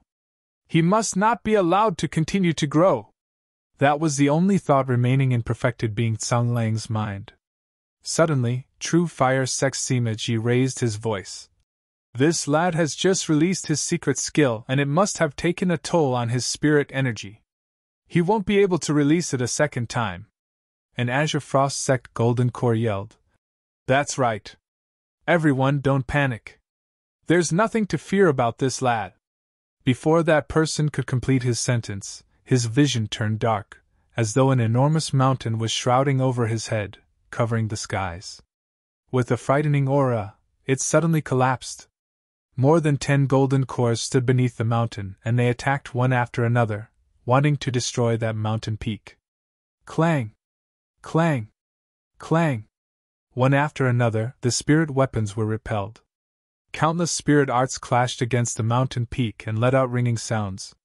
Yet they were still unable to slow the speed of its crash. The Golden Cores were frightfully pale as they tried to flee hurriedly. However, it was a pity that it was too late by then. Boom! A deafening noise echoed. The void shook endlessly.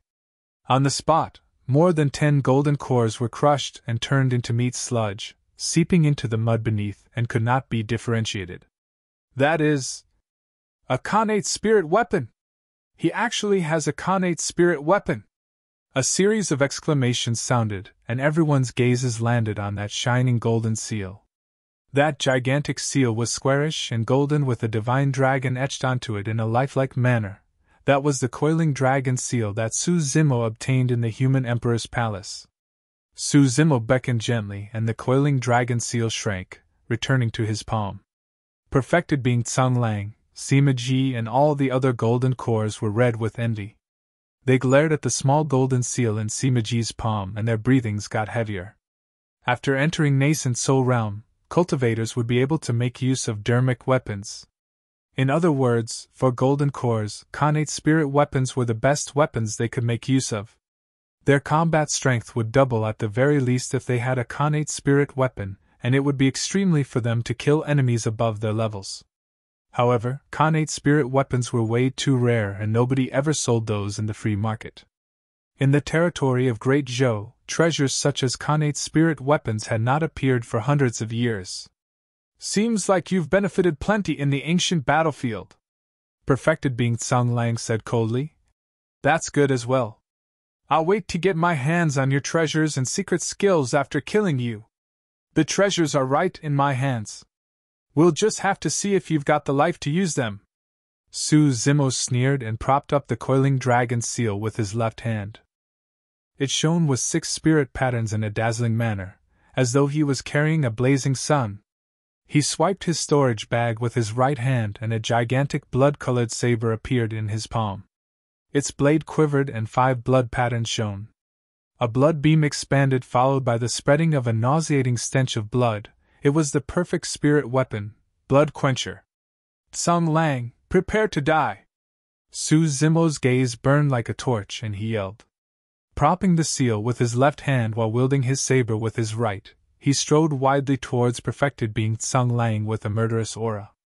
In the face of hundreds of golden cores, Su Zimo was advancing instead of retreating. Qian and the others exchanged glances as they charged forward together with invigorated expressions, trying to relieve as much of Su Zimo's burden as possible. You must have a death wish! A southern mountain sect cultivator wielded a long rod and burst forth with his blood chi, aiming for Su Zimo's head. Splash! Su Zimo channeled his bloodline and the sound of a tsunami tide echoed. Swoosh! He did not even look at the incoming rod and slashed in reverse, meeting the attack with another attack as he released his incomparable countercurrent stance. The pupils of the southern mountain sect cultivator constricted, and his heart skipped a beat in shock. His motion slowed down for a moment due to the effect on his mental state by the saber force. Flashes of blood appeared. That man was cut into 2 from the middle and his organs and intestines spilled out, giving off a nauseating stench. Shoo! A streak of light burst through the void and arrived instantly. Without turning to look, Su Zimo raised his gigantic seal and repelled the incoming flying sword. At the same time, he shuddered and slowed down. Although Qian and the others held back a portion of the golden cores, there were still more than 100 golden cores who attacked Su Zimo at the same time, causing flying swords, spirit arts and talismans to fill the skies with resplendent lights. Clang! Clang! Clang! Spinning the gigantic seal with his left hand, Su Zimo released the sea-calming 5 stances right his right and took on the incoming flying swords and spirit arts. Thud! Thud! Thud! He retreated repeatedly and his organs were immensely shaken, almost shifted out of position even. Su Zimo spat out a huge mouthful of blood. Sima Ji roared in laughter. Su Zimo, you're nothing without that secret skill from earlier. Fufu. Perfected being Tsang Lang sneered. Even if you can kill early or mid-stage golden cores with your connate spirit weapon, you are still a foundation establishment cultivator after all. There's no way you can withstand the might of late-stage or perfected golden cores. You really think you can kill me with those skills of yours? Perfected being Tsang Lang continued laughing coldly. Su Zimo was unmoved. Perfected being Tsang Lang was not wrong. Even if he was at extreme foundation establishment and had the support of the coiling dragon seal, in terms of strength, he could only match against mid-stage golden cores at best, and he wouldn't be able to deal with those at late stage. In that previous attack, a few perfected golden cores had attacked and Su Zimo was injured on the spot, unable to endure it. However, he was someone who did both immortality and demonic cultivation. Even without taking on his demon form, Su Zimo's physique and bloodline was still enough to crush all other cultivators of the same realm. Even perfected golden cores would not be able to escape death if Su Zimo closed in on them. He was invincible in melee combat.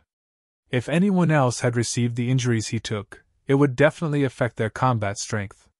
However, Su Zimo's physique was way too strong and his regeneration capabilities were shocking.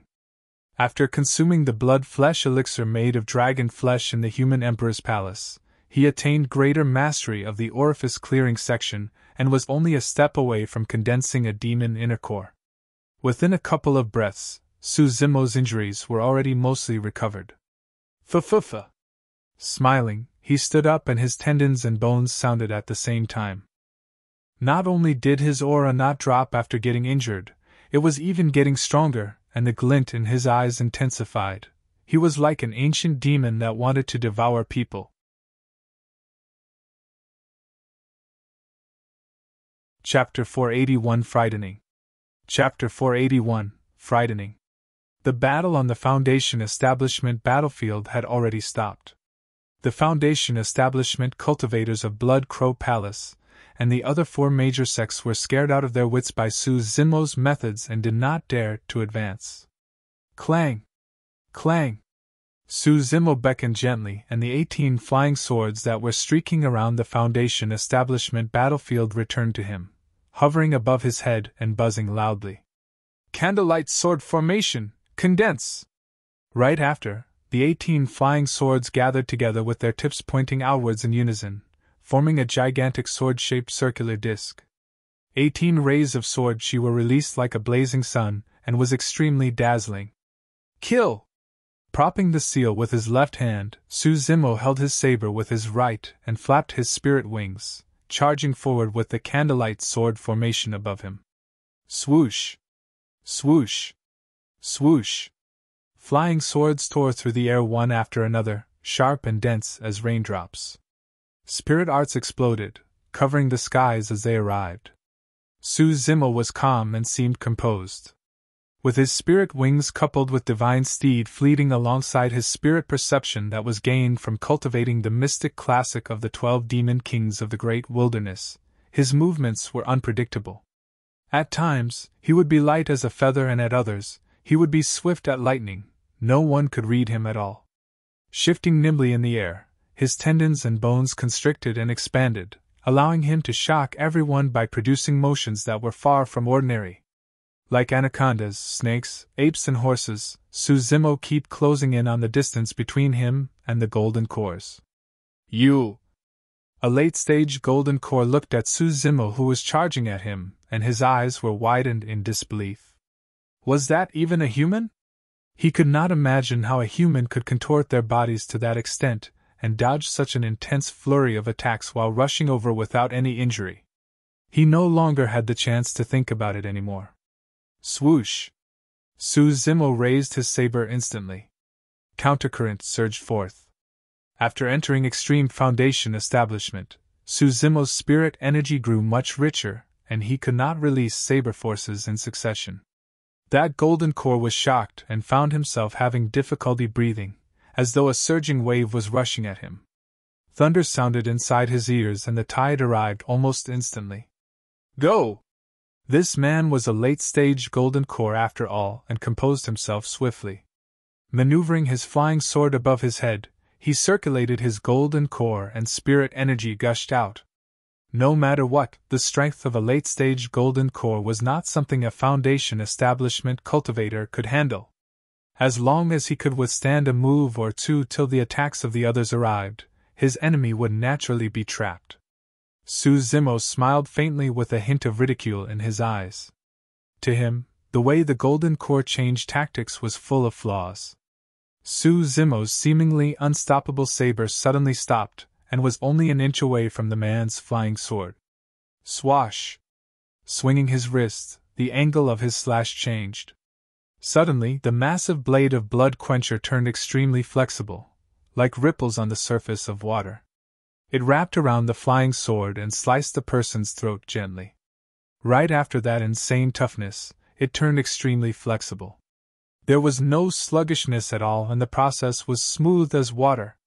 That person's eyes dimmed and a gash appeared on his throat. The next moment, his head was lopped into the air as blood gushed out in a terrifying manner like a fountain. Melee combat was the most dangerous, and one would be dead with a single misstep. Su Zimo had been through countless battles in his cultivation journey, and he was extremely experienced. While the strength of late-stage and perfected golden cores was strong and could even injure or threaten his life, even the physique of a perfected golden core could not match up to him. That was an advantage he had that could make up for his inferior strength. As long as he closed the distance between them, even perfected golden cores could not escape death. Dayu had once told Su Zimo that demonic cultivators are the best at killing people above their levels. That was the logic in that statement. After killing someone, Su Zimo did not have to pause at all as he used the candlelight sword formation and coiling dragon seal to smash against some incoming flying swords and spirit arts from early and mid-stage golden cores. At the same time, he dodged the attacks of late-stage and perfected golden cores, fleeing away to kill at the other side. A golden core could not react in time and was closed in by Su Zimo, who raised his coiling dragon seal to smash down on the former's head violently. The person's head was smashed and his entire body ripped into pieces with fresh blood flowing everywhere. He died on the spot. Swerving within the crowd, Su Zimo did not bother to fight against late-stage and perfected golden cores forcibly at all. The moment he missed an attack, he would flee instantly without lingering. Even when dozens of golden cores attacked at the same time, they could not keep Su Zimo to a single spot. A moment later, Su Zimo was only filled with a couple more superficial wounds that healed within the blink of an eye. However, more than 10 golden cores on the side of Blood Crow Palace had already died.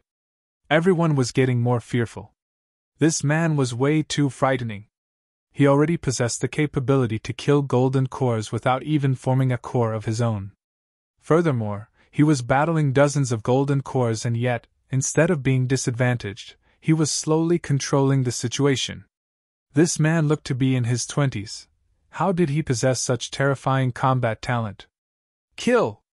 Seizing an opportunity, Su Zimo took a few strides forward and arrived before Sima Ji. Lifting his coiling dragon seal, he smashed it down at the latter's head.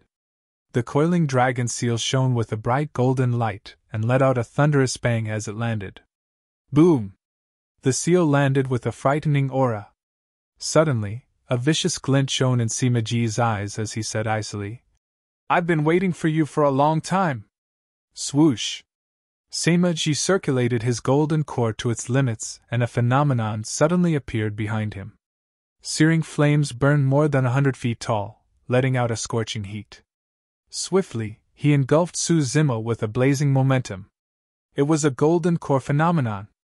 The reason why Sima Ji endured till this point was because he wanted to kill Su Zimo thoroughly with his golden core phenomenon. However, Su Zimo did not avoid nor dodge as his bloodline raced. He pushed down his blinding coiling dragon seal violently like it was a blazing sun. "You must have a death wish!" Sima Ji roared, and his golden core phenomenon intensified. Boom! The coiling dragon seal collided against the power of the golden core phenomenon, and a deafening bang was produced as their powers ran rampant. The instant of the collision, the momentum of the flames was actually repressed by the coiling dragon seal. Since he was extremely close to the sea of flames, Su Zimo could only grit his teeth and endure the incoming blaze. He channeled his bloodline and spirit energy to fight against it repeatedly. Both sides exerted their strength. The coiling dragon seal was less than an inch away from Sima Ji's head, but it could not go down further due to the obstruction of the golden core phenomenon. A moment later, a gigantic flame burned over, engulfing Su Zimo's arm completely. The fire sizzled. In an instant, Su Zimo's arm was charred and his flesh ripped apart in a terrifying manner. Sighing internally, Su Zimo withdrew himself and retreated. It was no wonder why golden core phenomenons were the strongest techniques available to golden cores.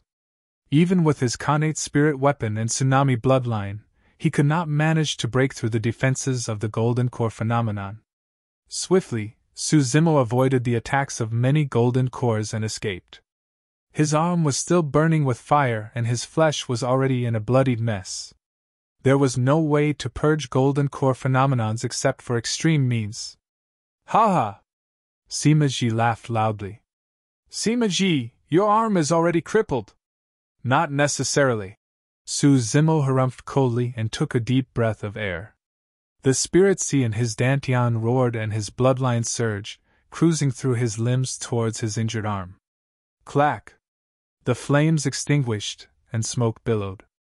The cultivators watched with widened eyes. The next moment, something even more frightening happened. The charred black flesh on Su Zimo's arm fell off gradually and fresh, tender meat started growing with a shiny luster. It was an uproar.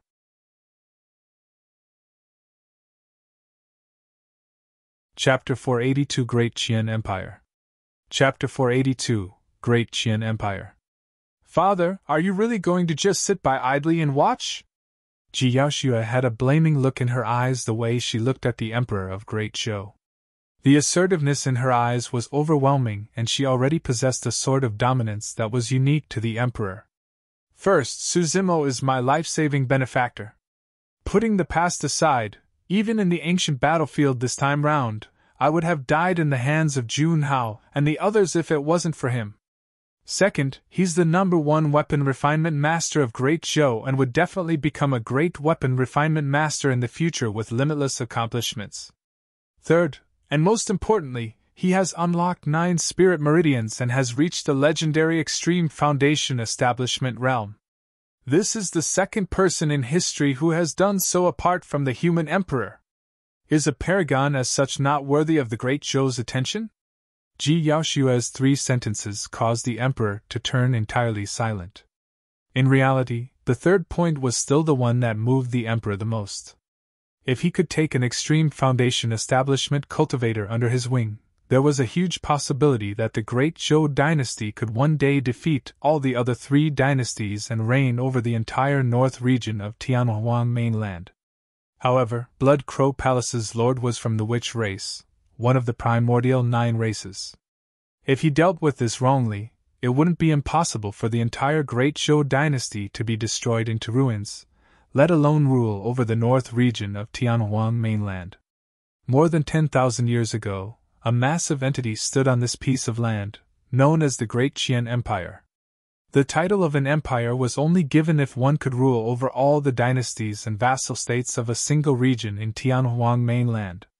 The might of the Great Qian Empire was far greater than the current Great Zhou dynasty, and its territory was vaster. There were even multiple super sects of Tianhuang mainland within the territory of the Great Qian Empire.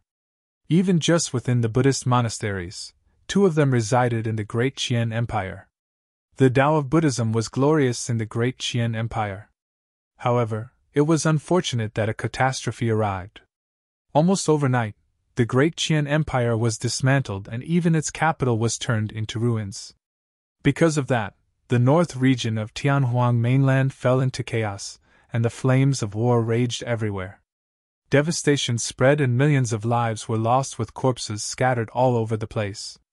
From then on, the Great Qian Empire disappeared with the winds.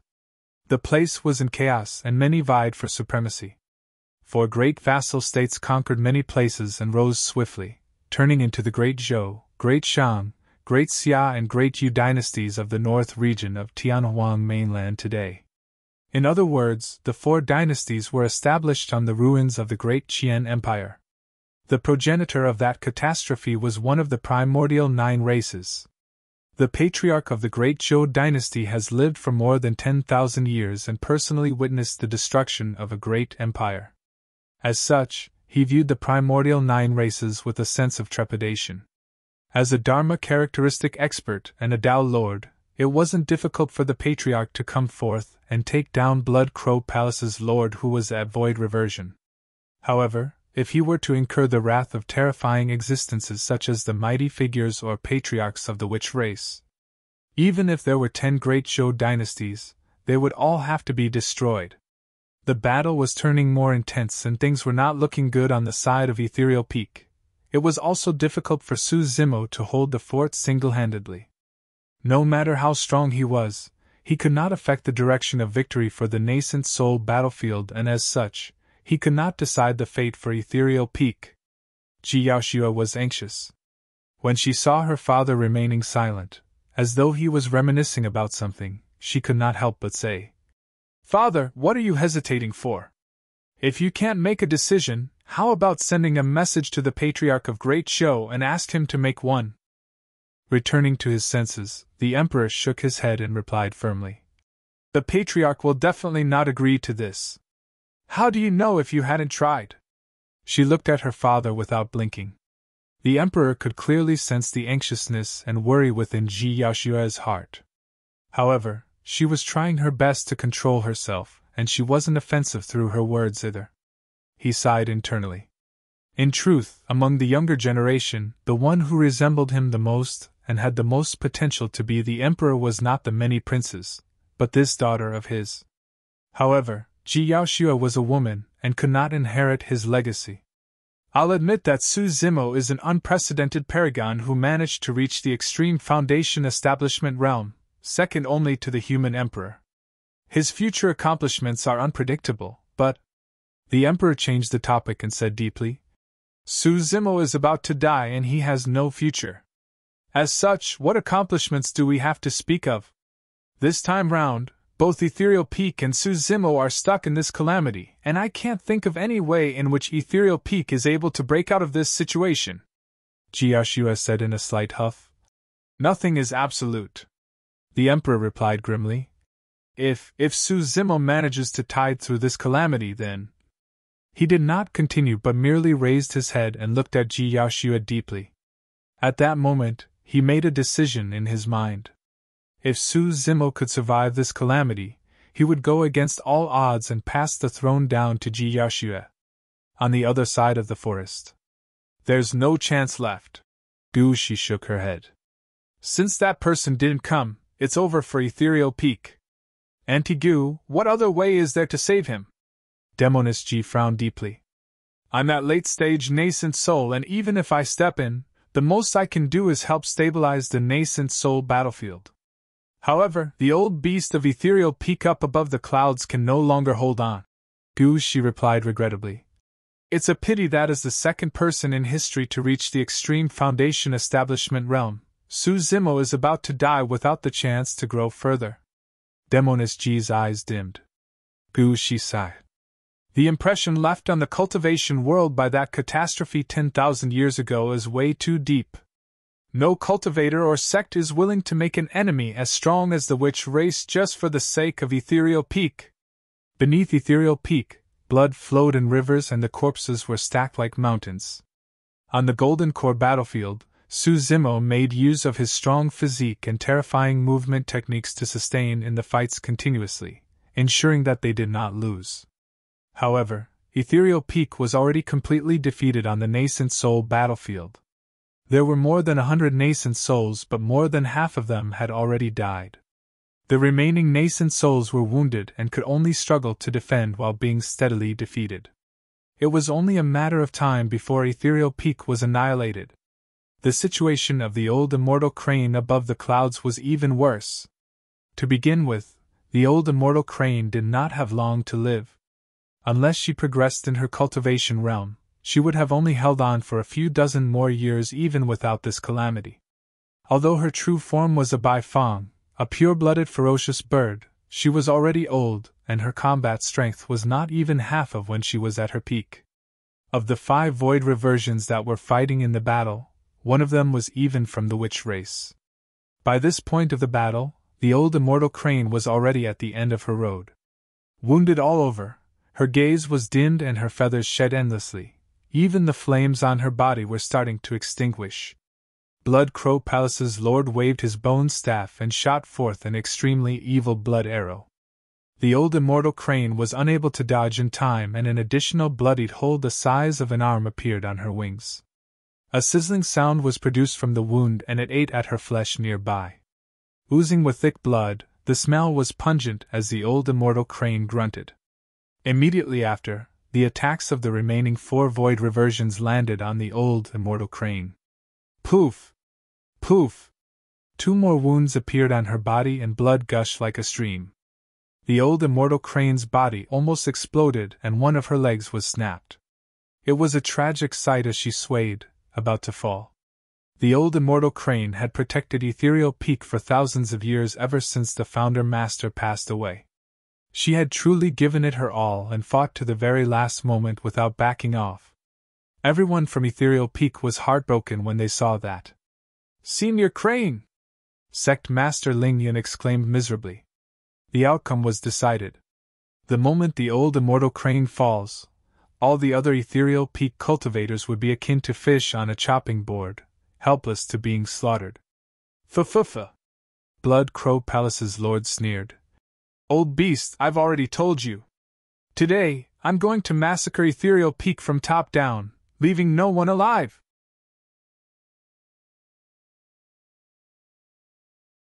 Chapter 483 Black-Robed Man. Chapter 483 Black-Robed Man. Leaving no one alive? Suddenly, another voice could be heard from above the clouds. It was deep and a little hoarse. Although it wasn't loud, it reverberated through everyone's ears. Who would dare appear at a moment as such? All the cultivators looked over instinctively. From the horizons, a man in black robes strode over in an unhurried manner. Initially, it was just a blurry figure. However, he arrived in the blink of an eye. Everyone on the battlefield was surprised. That person walked extremely slowly as though he was taking a leisure stroll. However, by arriving instantly, he created a strong visual impact. Now that he was so close, everyone could finally see clearly. He had long shoulder-length black hair that fell freely like a waterfall. His face was extremely sharp and angled, and he possessed a frosty expression, emitting an aura that was equally cold. For some reason, after the black-robed man appeared, everyone on the black-robed man, including the 5 void reversions above the clouds, felt a sense of trepidation. There was no reason behind it. They merely felt fear and trepidation upon seeing that man. Be it the Golden Core, Nascent Soul or Void Reversion battlefield, all the cultivators stopped what they were doing and looked over instinctively. "You've come!" The old immortal crane had a conflicted expression and sighed gently when she saw who it was. It was clear from the old immortal crane's tone that she knew the person. Everyone from Ethereal Peak, Sect Master Ling Yun included, were in a daze. "It's him!" Suddenly, among the dozens of Ethereal Peak nascent souls left, an old man who was clearly at the end of his life exclaimed, glaring at the black-robed man with his cloudy eyes. "He's back!" The nascent soul old man shivered emotionally. "Little E, you've still got 3 years to your lifespan." Shifting his gaze, the black-robed man looked at the nascent soul old man and said calmly, "Little E?" Su Zimo and the other cultivators of the younger generation were confused. However, Sect Master Ling Yun, Qian Yi and the others shuddered. The name of that nascent soul was Ning Yi, and apart from the old immortal crane, he was the oldest Grand Elder of Ethereal Peak with a lifespan of over 1,000 years. Golden Cores had lifespans of 500 years. Nascent Souls had lifespans of 1,000 years. Void Reversions had lifespans of 5,000 years. Almost all the cultivators in the generation of that nascent soul old man had died of old age, leaving him. If the black-robed man before them addressed Grand Elder Ning Yi as Little E, didn't that mean that he was even older than the latter? The black-robed man should have been someone from more than 1,000 years ago, and that was why the generations from Ling Yun onwards did not recognize him. Ling Yun's heart skipped a beat when he saw the reaction of the old immortal crane and Grand Elder Ning Yi, as though he recalled something. Could it be him? Qian Yi and the other Golden Cores gasped, exchanging glances. They had already guessed it. Outside Ethereal Peak, Ji Yaoshua looked at the newcomer with a confused expression and turned to ask, "Father, who is that? He seems to have some sort of a relationship with Ethereal Peak and is rather formidable." "I don't recognize him." The Emperor shook his head. Suddenly, his heart skipped a beat as he thought of someone. Someone that he had never seen before but have heard of from the legends. The Emperor murmured, "Perhaps he should be the only one who would care nothing about the witch race." On the other side, Gu Shi and Demonis Ji heaved sighs of relief when they saw the black-robed man appear. Clapping, Demonis Ji laughed. Hee, this senior still chose to appear," Gu Shi said. "With him, there's nothing to worry about for the Void Reversion battlefield. If I step in to stabilize the nascent soul battlefield, they should be able to tide through this calamity. I won't be heading over since Father's watching from the other side." Demonis Ji blinked. Gu Shi nodded and took out a mask from her storage bag. Wearing it on her face, she turned into another person and headed to the battlefield. Far in the depths of the capital of Great Zhou, an old man sensed something and suddenly opened his eyes. A bright light shone from his glabella and a small person the size of his palm flew out, glowing with a radiance. It was his essence spirit. A mysterious energy fluctuation spread forth from the radiant little man. His spirit consciousness was spreading. A moment later, the radiant little man returned to the old man's glabella and vanished. Letting out a long breath, the old man murmured softly, "To think that he would have returned." There's no wonder why he's the #1 paragon of Great Joe back then. After not seeing him for 1,000 years, he has already cultivated to that point. The sky is above Ethereal Peak. The black-robed man surveyed the surroundings. When he saw the corpses strewn all over, his expression did not change and he merely commented indifferently. It's truly been a long time since it was so crowded at Ethereal Peak. When they heard that, Qian and the others were even more certain about this man's identity. Su Zimo frowned.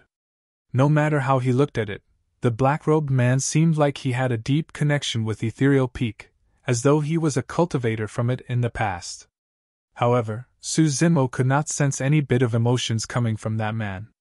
He had no reaction even after seeing Ethereal Peak cultivators dead all over the place with their corpses forming mountains. Indifferent, cold-blooded, and heartless. That was the first impression the black-robed man gave Su Zimo. 1,000 years ago. Suddenly, a thought flashed through his mind as he recalled a person. The first time he heard about that person was through the disheveled old man. Thereafter, he heard Senior Crane mention a little about him back in Thunderclap Valley.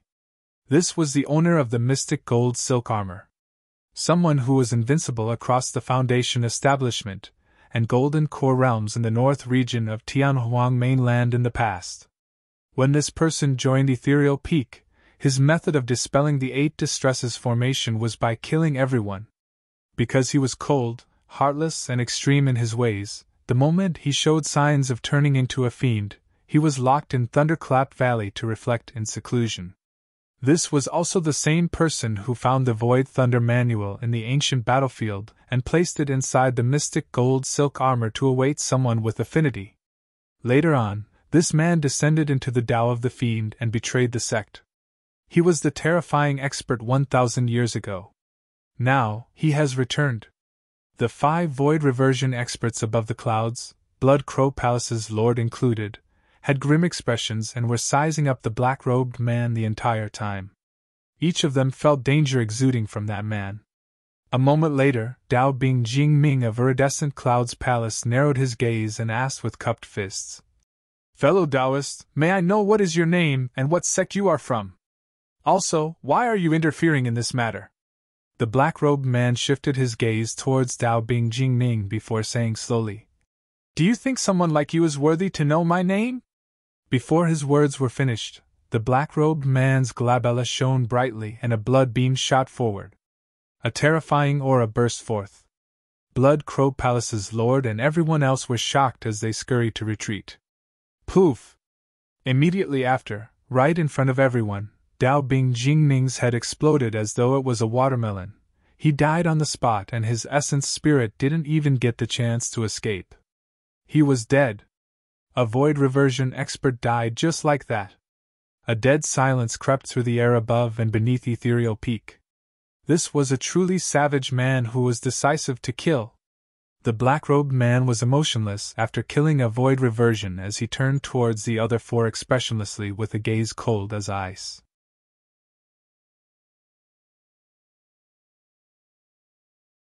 Chapter 484 Asura. Chapter 484 Asura. The death of Dao Bing Jingming frightened the other 4 void reversions, and their hairs stood on end. The expression of Blood Crow Palace's lord turned extremely terrible as he glared at the black-robed man. His gaze was dark with a faint green light. It was extremely difficult for one to die once they were at void reversion realm. Although nascent souls could cultivate essence spirits, their essence spirits had impurities and were in turbid states, causing them to be extremely fragile. Without any protection, upon leaving their physical bodies, their essence spirits would be akin to babies situated in forests, and could die at any moment. A strong gust of wind, an exposure to the blazing sun, or even any slight activity could injure the essence spirit. If they met with any misfortunes, their essence spirits would be destroyed instantly. The death of one's essence spirit was the true meaning of death, whereby it would be useless even if their physical bodies remained intact. However, it was different at Void Reversion Realm. By comprehending the heaven and earth and making use of the dermic methods to visualize the essence spirit, nascent souls could cultivate their essence spirits continuously to remove the impurities within it. Eventually, after obtaining some pure yang spirit, they would be able to enter the void reversion realm. That was the meaning of the saying cultivating one's spirit to return to the void in the cultivation world. At void reversion realm, one's essence spirit would resemble the physical body of the cultivator. Flawless without impurities, they do not fear the scorching sun, heavy rains, or misfortunes. They would truly be able to break out of the restraints of one's body and roam the world, traveling everywhere. At that point of the essence spirit's cultivation, it would be akin to a corporeal body outside of the cultivator. There was another saying in the cultivation world of one's spirit leaving them and taking form. By leaving them, it referred to the essence spirits exiting their bodies, and taking form referred to the corporeal bodies outside of their physical self. In the ancient era, void reversion realm was also known as the corporeal spirit realm. For void reversion Tao beings, even if their bodies were destroyed, if they reacted fast enough and sent their essence spirits out of their bodies, they would be able to survive. Although their bodies were destroyed, the presence of their essence spirit was equivalent to their survival. The black-robed man killed a void reversion with a single thought, and the latter vanished on the spot without a chance to let his essence spirit escape. That single move caused the hearts of Blood Crow Palace's lord and the other three to skip a beat. They were inevitably feeling fearful. Turning slightly to the side, the black-robed man looked at the utterly wretched and wounded old immortal crane who was swaying unsteadily nearby. He swiped his hand on his storage bag. Instantly an elixir the size of a longan appeared, and there were a few patterns on its surface, emitting a rich medicinal fragrance. That is true fire. Sex Dao Bing Liao Yuan narrowed his eyes with an alarmed expression. Vitality reprisal elixir! Blood Crow Palace's lord said it word by word. The moment those words were uttered, although the others did not have much of a reaction, all the nascent souls and void reversions present were shaken. Dao Bing Liao Yuan glared at the elixir in the hands of the black-robed man with an extremely scorching gaze, wanting nothing more than to devour the latter's hand right now. A grade 5 elixir, the Vitality Reprisal elixir, was created by the Elixir Emperor of the ancient era, and it illustrated the meaning of lucidity for one's final moments. No matter how badly injured a void reversion was, as long as they weren't dead and consumed a Vitality Reprisal elixir, they would definitely instantly invoke a tremendous amount of vitality, and their injuries would be completely healed. The Vitality Reprisal elixir had long been lost on Tianhuang Mainland. It was akin to a second life of a cultivator. The black-robed man sent the Vitality Reprisal elixir before the old immortal crane through a single thought. Dao Bing Liao Yuan and the others were green with envy. A precious elixir as such was given out just like that. The few of them revealed jealous expressions, and their eyes shone with vicious glints. They even had thoughts of snatching it over for themselves. The old immortal crane had a conflicted expression, and did not take it over immediately. Blood Crow Palace's lord sneered. That old beast is at the end of her lifespan and is on the brink of death. She won't be able to live for much longer even if her injuries are fully recovered. While the Vitality Reprisal elixir could heal one's injuries almost immediately, it could not add on to one's lifespan. It was also the same reason why the old immortal crane did not take the elixir immediately. The Vitality Reprisal elixir was way too precious, and it was a waste for her to use it. I won't take back anything I give out, the black-robed man said indifferently. You don't have to have any considerations as well. The reason why I'm giving you the elixir is to sever the karma between us. But the old immortal crane sighed gently.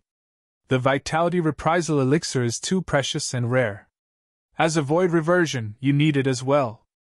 I don't, because no one can injure me.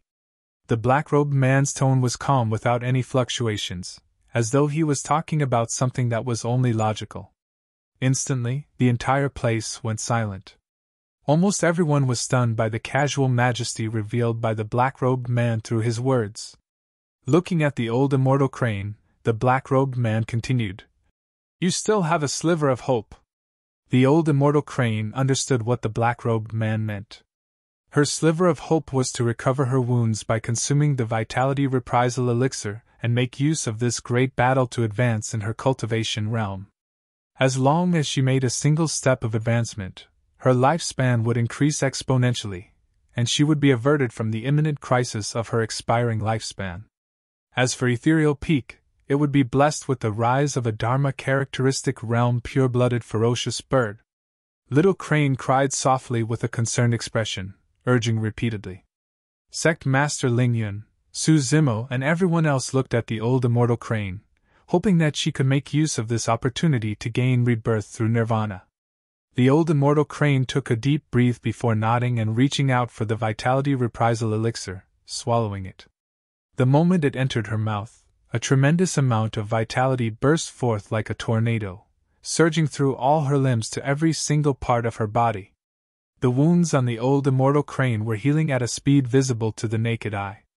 Su Zimo and the others were elated when they saw that. If the old immortal Crane could advance a step further, it would be a blessing in disguise.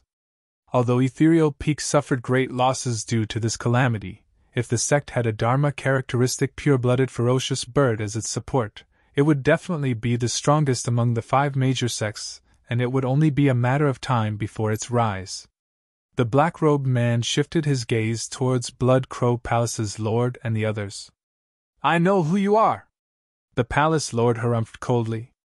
"There aren't many cultivators at Void Reversion Realm with strength like yours. You should be the titular disciple of Asura sect, this generation's Asura." The black-robed man was expressionless.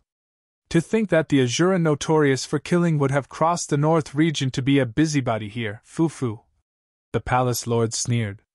The black-robed man was still silent, and his expression did not change. The palace lord gripped his fists and repressed the killing intent in his heart, saying darkly, "Asura, since you insist on interfering with this matter, I can take a step back. However, that person must leave with me." He pointed towards Su Zimo, who was beneath Ethereal Peak.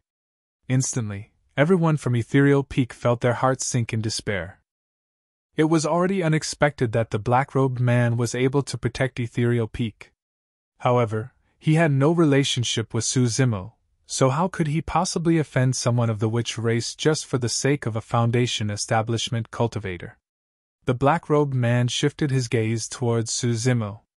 For some unknown reason, Su Zimo felt a mysterious feeling inside his heart.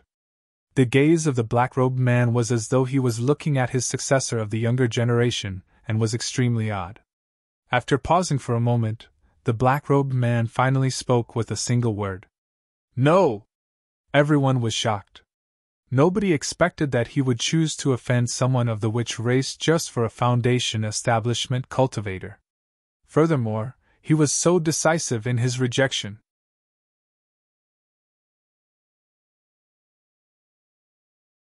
Chapter 485 Killing Indiscriminately. Chapter 485 Killing Indiscriminately. "Asura, you should know of my background. Let's each take a step back," the palace lord said with a dark gaze. "All I want to do is take away that Foundation establishment lad. That has nothing to do with you. If you continue pushing your luck..." Before the palace lord could finish, the black-robed man let out an impatient expression and interrupted. "I want to push my luck. What can you do about it?" Everyone was in an uproar. He was way too savage. He did not leave the other party a single way out at all. His reputation truly precedes him. It's no wonder why he was invincible across the Foundation establishment and Golden Core realms on Tianhuang mainland back then. He's truly way too savage, Qian lamented. The disheveled old man sighed. He is fearless even when the great Zhou royalty does not dare to interfere. He's truly incredible. It's just a pity that he has turned into a fiend, otherwise. Lu Hui did not continue, but her meaning was clear. At this point of his cultivation, Su Zimo was no longer as resistant and negative towards the fiend sections.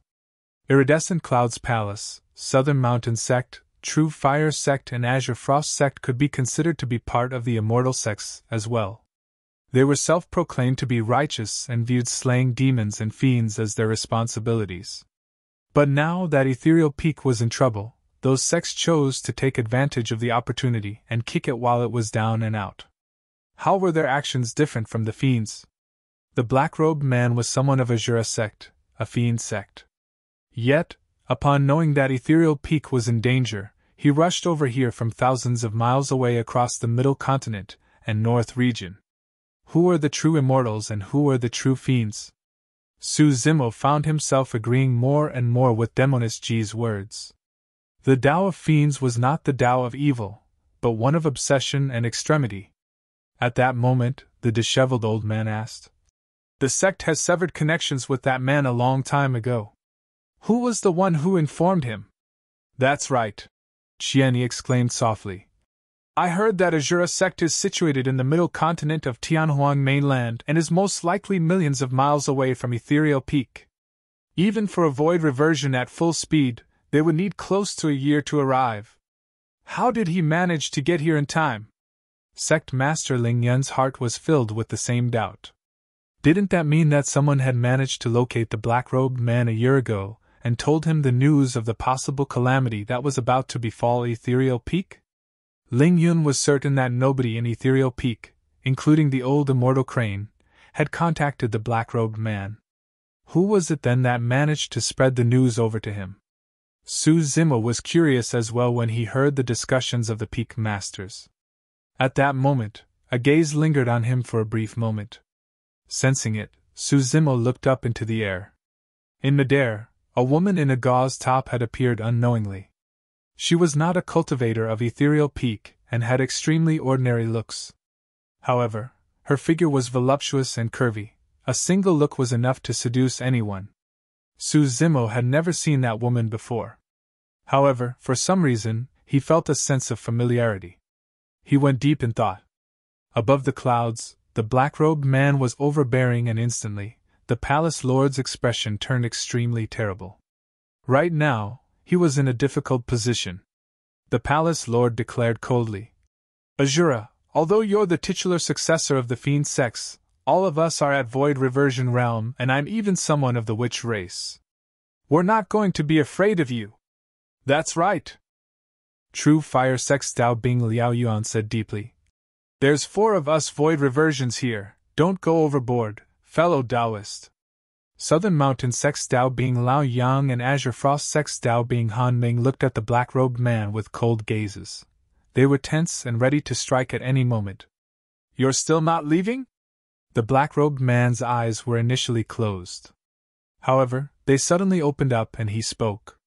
That sentence was uncalled for and sounded ridiculous. Yet the palace lord and the other 3 of them felt chills run down their spines as their pupils constricted. Raising his head, the black-robed man had an indifferent gaze. "Very well, don't leave then. All of you can stay here." Before he finished his sentence, his glabella shone and he sent forth another killing move. Asuras don't open their eyes, but if they do, they kill. Instantly, the world changed. The black-robed man did not do anything and his glabella merely shone with a blood-colored light, but a sea of blood instantly appeared in the void, emitting a nauseating stench as it surged towards the palace lord and everyone else. Those methods had already surpassed the knowledge of Su Zimo and the other golden cores. This was a fight between the essence spirits. A faint green light shone from the palace lord's glabella and a gigantic, menacing skull was formed in midair. It opened its bloodied mouth and swallowed the sea of blood in huge mouthfuls, the same way a whale swallowed water as though it wanted to devour the entire sea. At the same time, the glabellas of Dao Bing Han Ming, Dao Bing Lao Yang and Dao Bing Liao Yuan shone brightly as their spirit consciousnesses were released, conjuring multiple phenomenons. Swoosh! A massive fireball that was like a blazing sun surged towards the blood sea. Boom! A mountain materialized and descended, attempting to suppress the raging tides of the blood sea. Swash! Snow filled the entire place and froze everything. Layers of frost appeared on the surface of the blood sea. It was an attack of the spirit consciousnesses. These were killing moves that could only be used after entering the void reversion realm. By conjuring phenomenons with their spirit consciousnesses, these were corporeal illusions that attacked the other party's essence spirit directly. The defending cultivator could only block them with their own spirit consciousnesses. A fight between essence spirits was extremely dangerous, and a single misstep would lead to death.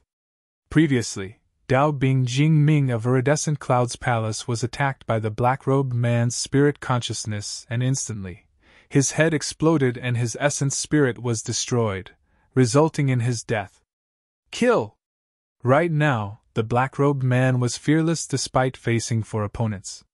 Shouting, his eyes shone ferociously and he exuded a shuddering killing intent. In midair, the gigantic skull was swallowing the blood sea at a much slower speed and was shivering. Crack! Crack!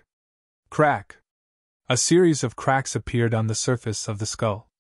The palace lord's expression changed. At the same time, a sinister roar echoed from the depths of the blood sea. Bang! Bang! Bang! The ice on the surface of the sea suddenly cracked as one after another, corpses with terrifying auras whirled their fists and destroyed the frost. Leaping out of the sea, they roared from the depths of their throats and floated in the blood sea. It was a mountain of corpses and a sea of blood. No matter which faction they were from, all the cultivators in the vicinity of Ethereal Peak felt chills upon seeing that.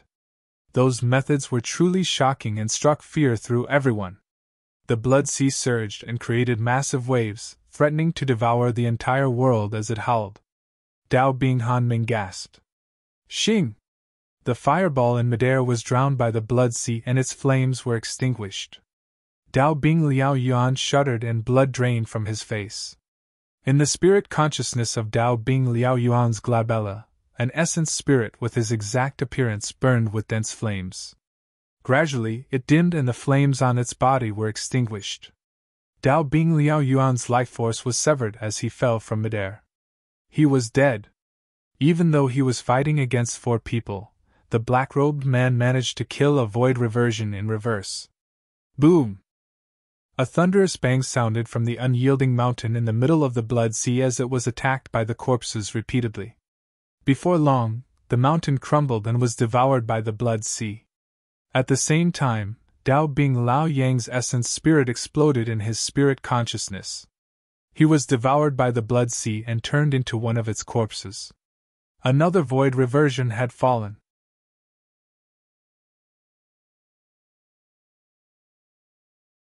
Chapter 486 Unable to Leave. Chapter 486 Unable to Leave. The moment the 5 void reversions above the clouds started fighting, the nascent soul battlefield continued on as well. Both factions were in the heat of the battle. You guys, go and kill Su Zimo. The faster, the better.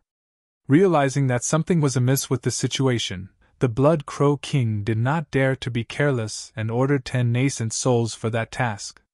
In terms of numbers and strength of nascent souls, Blood Crow Palace possessed an absolute advantage. From the side of Ethereal Peak, the remaining dozens of nascent souls that were led by Sect Master Ling Yun were filled with injuries and exhausted. They were almost unable to fight on anymore. The Blood Crow King transformed into his true form, which was a pitch-black crow with bloodshot eyes, and led the remaining nascent souls in a fiery battle against Ling Yun and the others. Unable to withdraw themselves from this situation, Ling Yun and the others could only watch as the 10 nascent souls charged towards Su Zimo. Su Zimo's heart skipped a beat. No matter how strong he was and how many trump cards he had, he could not withstand the might of nascent souls. At Nascent Soul Realm, one could cultivate an essence spirit, and could make use of the heaven and earth powers to release dermic arts. Even the simplest dermic art was more than enough to kill Su Zimo, who was at Foundation Establishment Realm, with ease. As the 10 nascent souls charged towards him, Su Zimo conjured hand seals in midair. A terrifying energy fluctuation spread through the void. Not daring to be careless, Su Zimo released his spirit wings and chanted a sutra internally. He was already prepared to unleash the secret skill of the fiend sex, blood escape, to flee far away. He could read the situation clearly.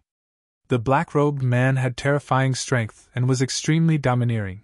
As long as he could survive a little longer and wait till the void reversion battlefield to settle down, Blood Crow Palace was bound to lose. All of a sudden, a slender figure appeared in front of Su Zimo. It's her? Su Zimo furrowed his brows slightly. The person before him was the seductive woman with the gauze top. You must have a death wish. You're asking for death.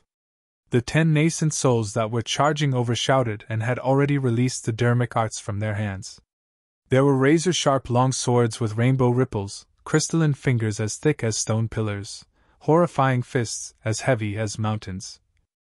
The dermic arts filled the skies and surged over, almost engulfing the gauze-top woman and Su Zimo entirely. The gauze-top woman's expression was unchanged and her eyes flickered with ridicule.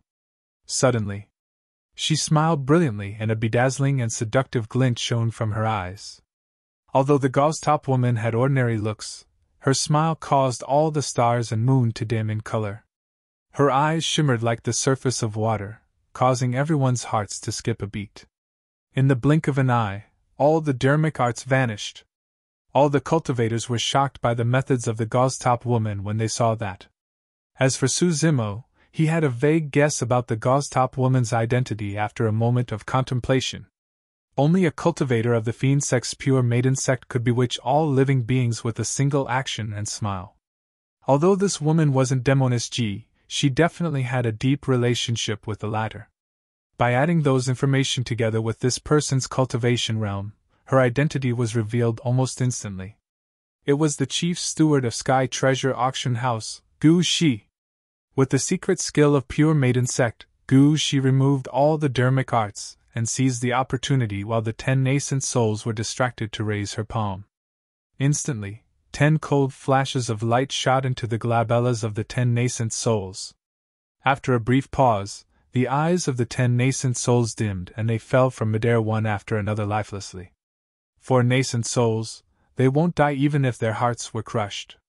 The true weakness of a nascent soul was their essence spirit.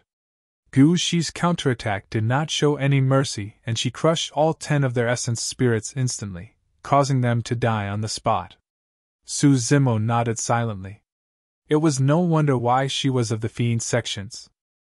All the itinerant cultivators of Blood Crow Palace and the nascent souls of small sects could not deal with the secret skill of pure maiden sect at all.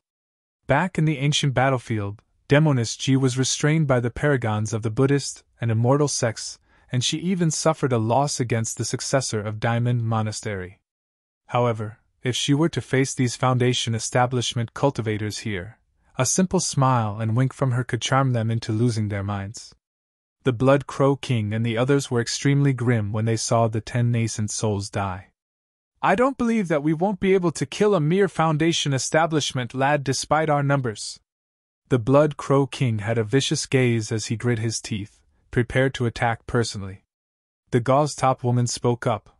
Her voice was charming but her tone was indifferent. Everyone, you don't have to waste your energy with me around. None of you will get past me. Perfected being Tsang Lang and the others had indignant expressions.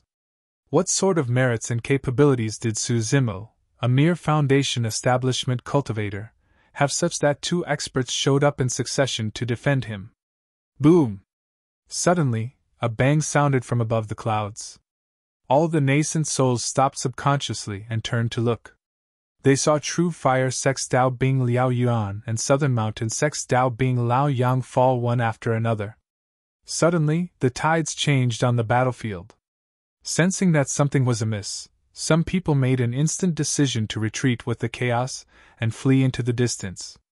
Although the Palace Lord and Dao Bing Han Ming were able to defend against the impact of the black-robed man's blood sea, they were swaying and their expressions were pale as they grunted. Dao Bing Han Ming was thoroughly subdued by the methods of the black-robed man and kowtowed, declaring with a trembling voice, "Please be appeased, fellow Taoist. I know now that I'm in the wrong and I'll leave right now, never taking another step onto Ethereal Peak for the rest of my life." When they heard that, everyone from Ethereal Peak were emotional and almost wanted to roar into the skies as a pent-up frustration was released from their hearts. The feeling of a void reversion forced to the state of acknowledging his mistake, while swearing never to step foot onto Ethereal Peak again for the rest of his life was ecstatic. Right then, the black-robed man's voice sounded above the clouds once more. "It's already too late for you to leave now." It was dead silent above and beneath Ethereal Peak. Everyone was astounded by the black-robed man's aura. Acknowledging his mistake? Swear? None of that mattered now. Even if he wanted to leave now, he couldn't. Dao Bing Han Ming seemed to have been scared as well as he trembled. What do you mean by that? I've already apologized. He was stuttering by now. It's no use speaking now. Die. The black-robed man pointed at his glabella. Instantly, it shone brightly and formed a blood sea vortex. Reaching out, the black-robed man actually withdrew a saber from the blood sea vortex. It was initially extremely small, but by the time it was out completely, it had expanded with a torrential killing intent. There were a series of blood patterns on its blade. The black-robed man flicked his wrist, and his saber shook. Instantly, all the blood patterns rose, as though they were veins on the blade, and the stench of blood filled the air. He uses a saber? Su Zimo froze momentarily when he saw the black-robed man withdraw a saber, and a thought flashed through his mind. Before he could think about it properly, his attention was drawn by the terrifying methods of the black-robed man. The black-robed man took a step forward and slashed in reverse. It arrived instantly and engulfed Dao Bing Han Ming, sealing his escape path. Don't go overboard! Dao Bing Han Ming shrieked and tapped his glabella, withdrawing a shimmering flying sword.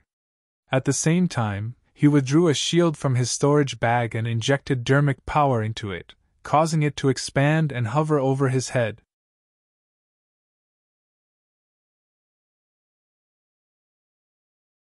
Chapter 487 Remnant of the Witch Race. Chapter 487 Remnant of the Witch Race. Clang! The sabers sliced the flying sword into two the moment they clashed. Dao Bing Han Ming grunted and spat out a mouthful of blood. The flying sword was his life force dermic weapon and was connected to his essence spirit. With his life force dermic weapon crippled, Dao Bing Han Ming's essence spirit received an immense impact and was severely injured. The black-robed man's saber technique was still sharp and his momentum did not pause, cutting down heavily onto the shield in midair and letting out a deafening sound of metal screeching. Boom! The shield exploded into pieces.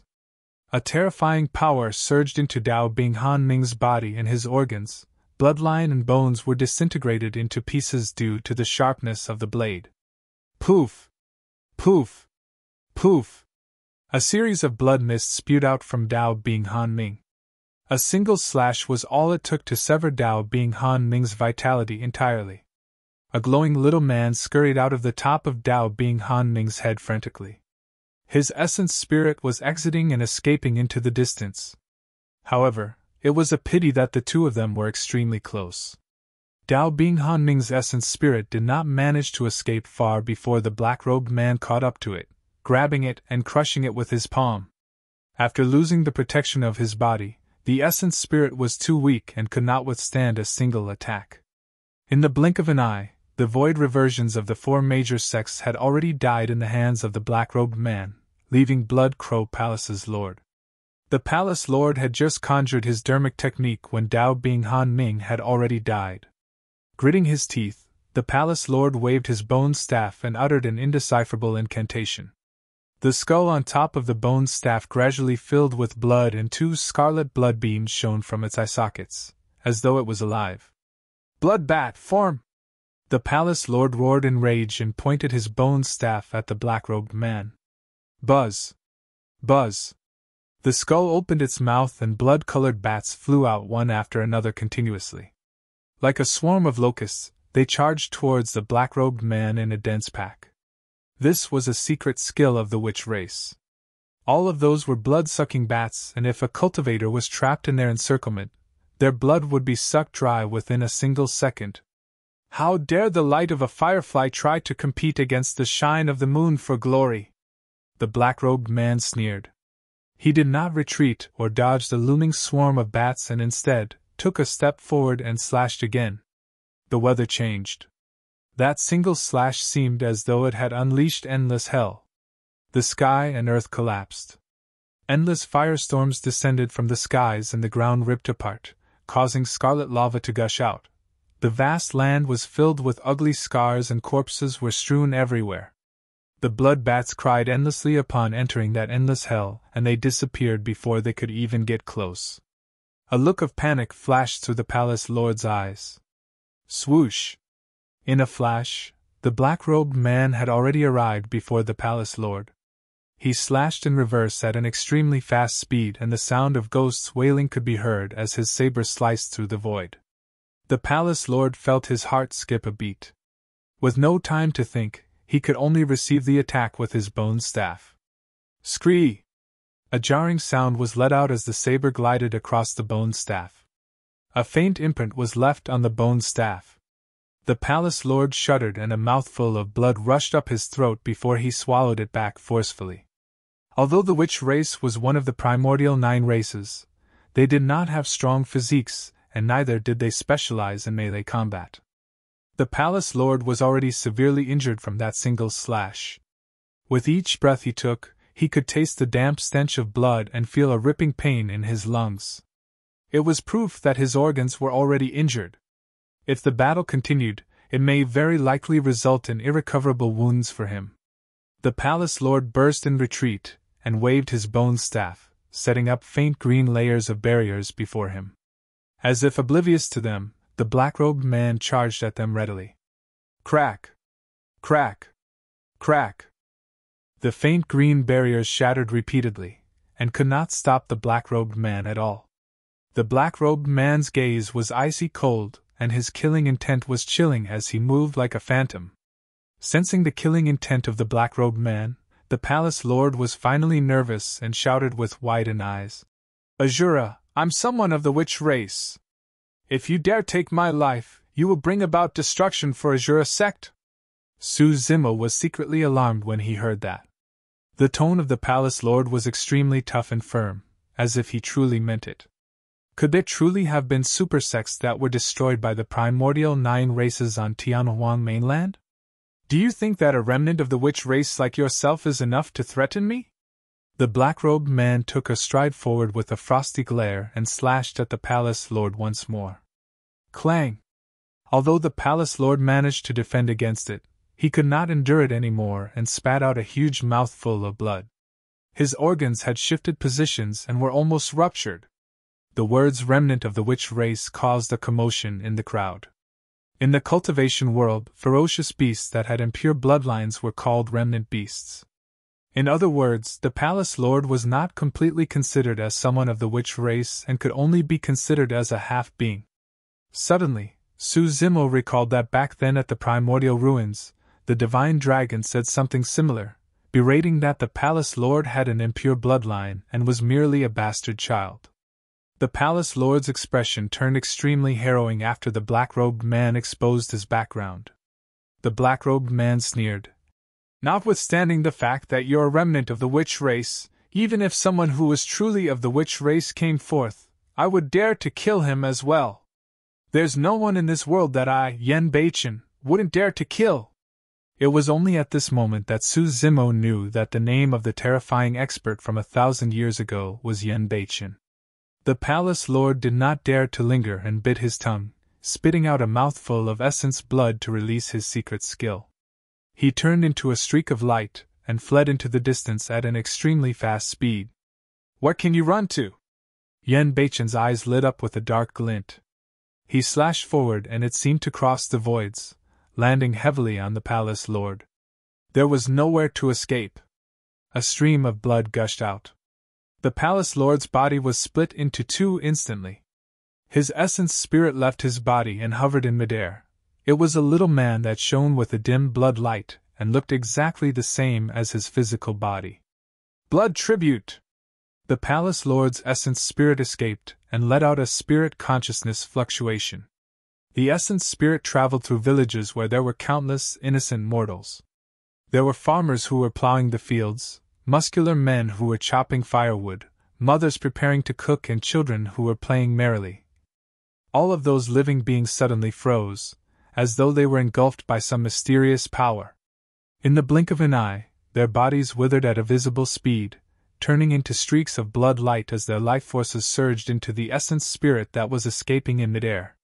The eyes of the palace lord's essence spirit shone brightly as it recovered rapidly. Everyone from Ethereal Peak was heartbroken at the sight of that. Hundreds of thousands of innocent mortals were met with the calamity, turning into dried corpses and died in miserable manners, It was the same situation that Su Zimo and the others encountered at Lin Feng's city in the past. Yan Beiqian chased in pursuit with his saber and took huge strides, crossing through the voids. Unfortunately, the distance between them increased further and further. When void reversions lose their bodies and were left with their essence spirits, although their combat strength were weaker, their speeds were at least doubled without the restrictions of their flesh. Furthermore, the Palace Lord released the Evil Blood Tribute technique and replenished a massive amount of energy, allowing him to escape from Yan Beiqian's pursuit before long. Asura, one day, I'll definitely make you pay for destroying my physical body today. Ha! The blood light disappeared into the horizon, leaving nothing but a sinister laughter.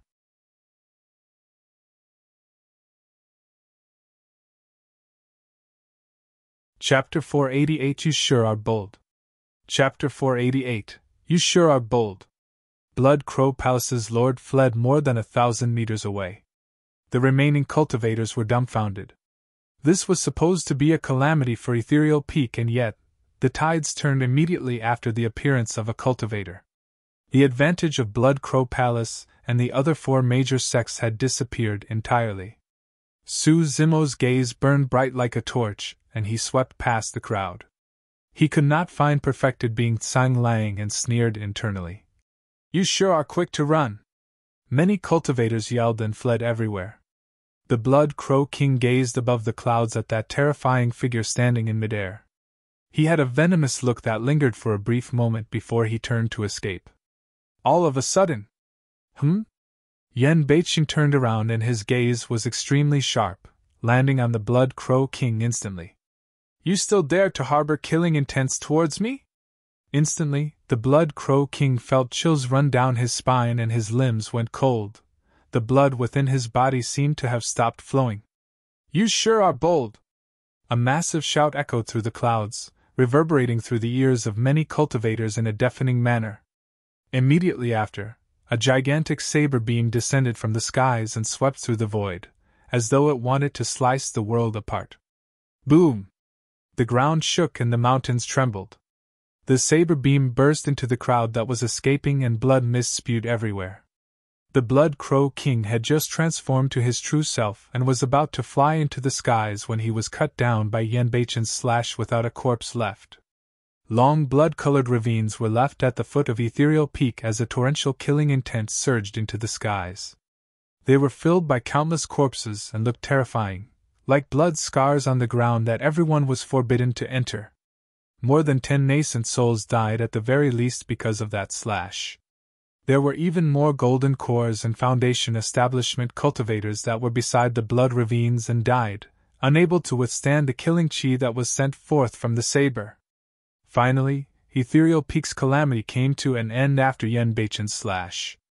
The cultivators of Ethereal Peak that survived felt a sense of relief after a major calamity.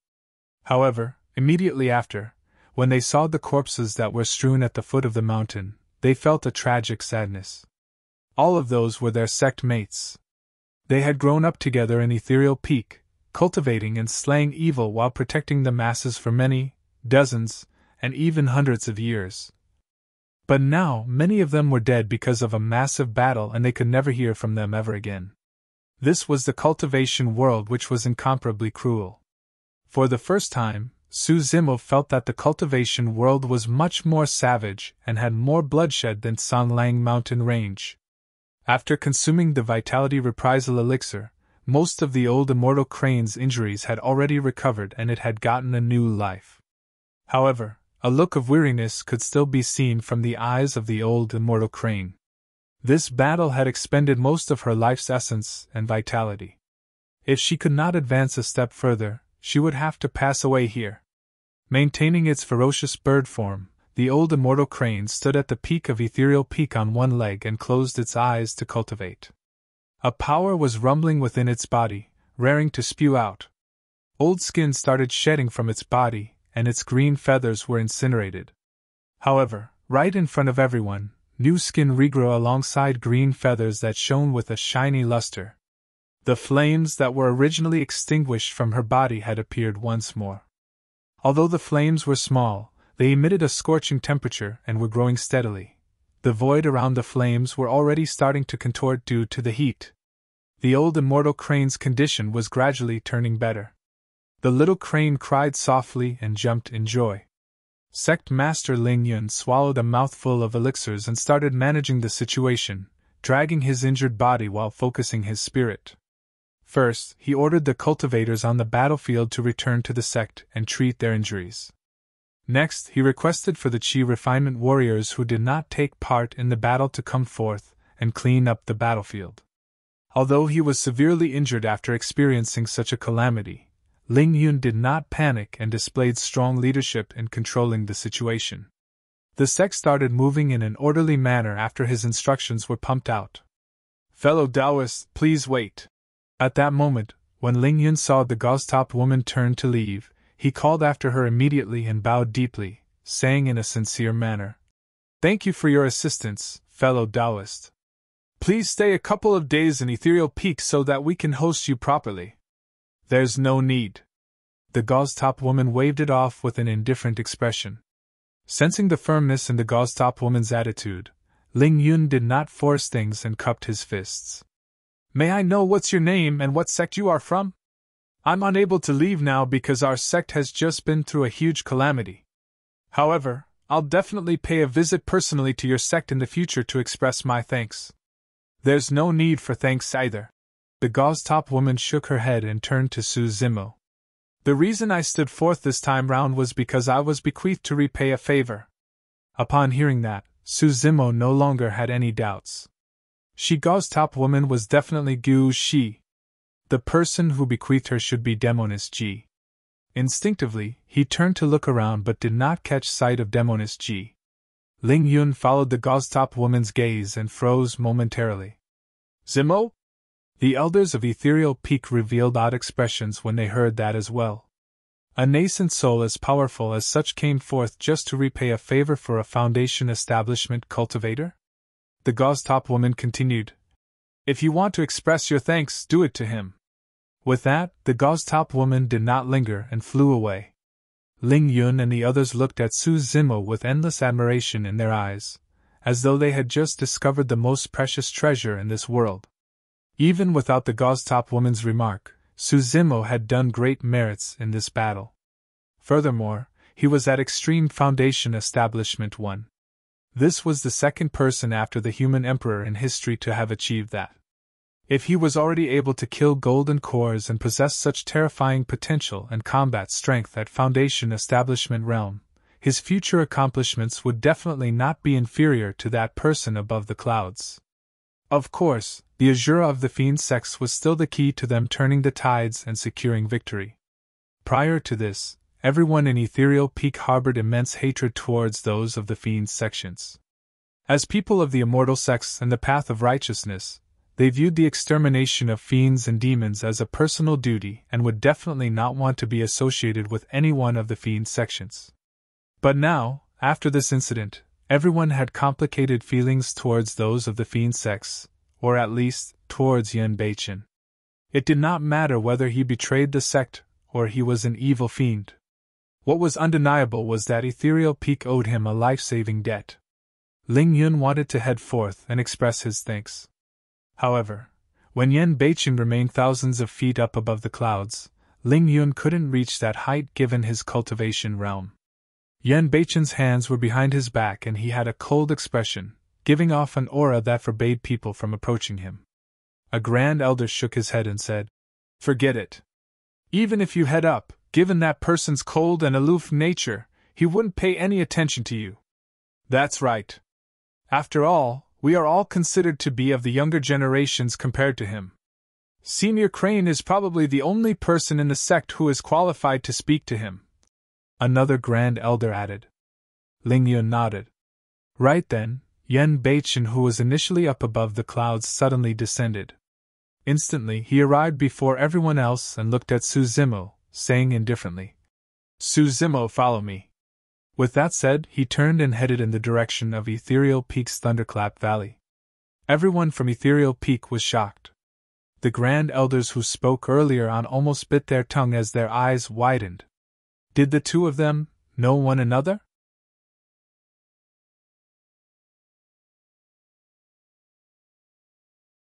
Chapter 489 Saber Test. Chapter 489 Saber Test. Everyone from Ethereal Peak exchanged glances speechlessly. When they recalled how firm Yen Beichen was in rejecting the Blood Crow Palace's lord's request in taking Su Zimo away, their minds started reeling. The attitude of the fiend sex Asura towards Su Zimo was rather strange. It did not seem as though he merely cherished the fact that Su Zimo was at Extreme Foundation establishment.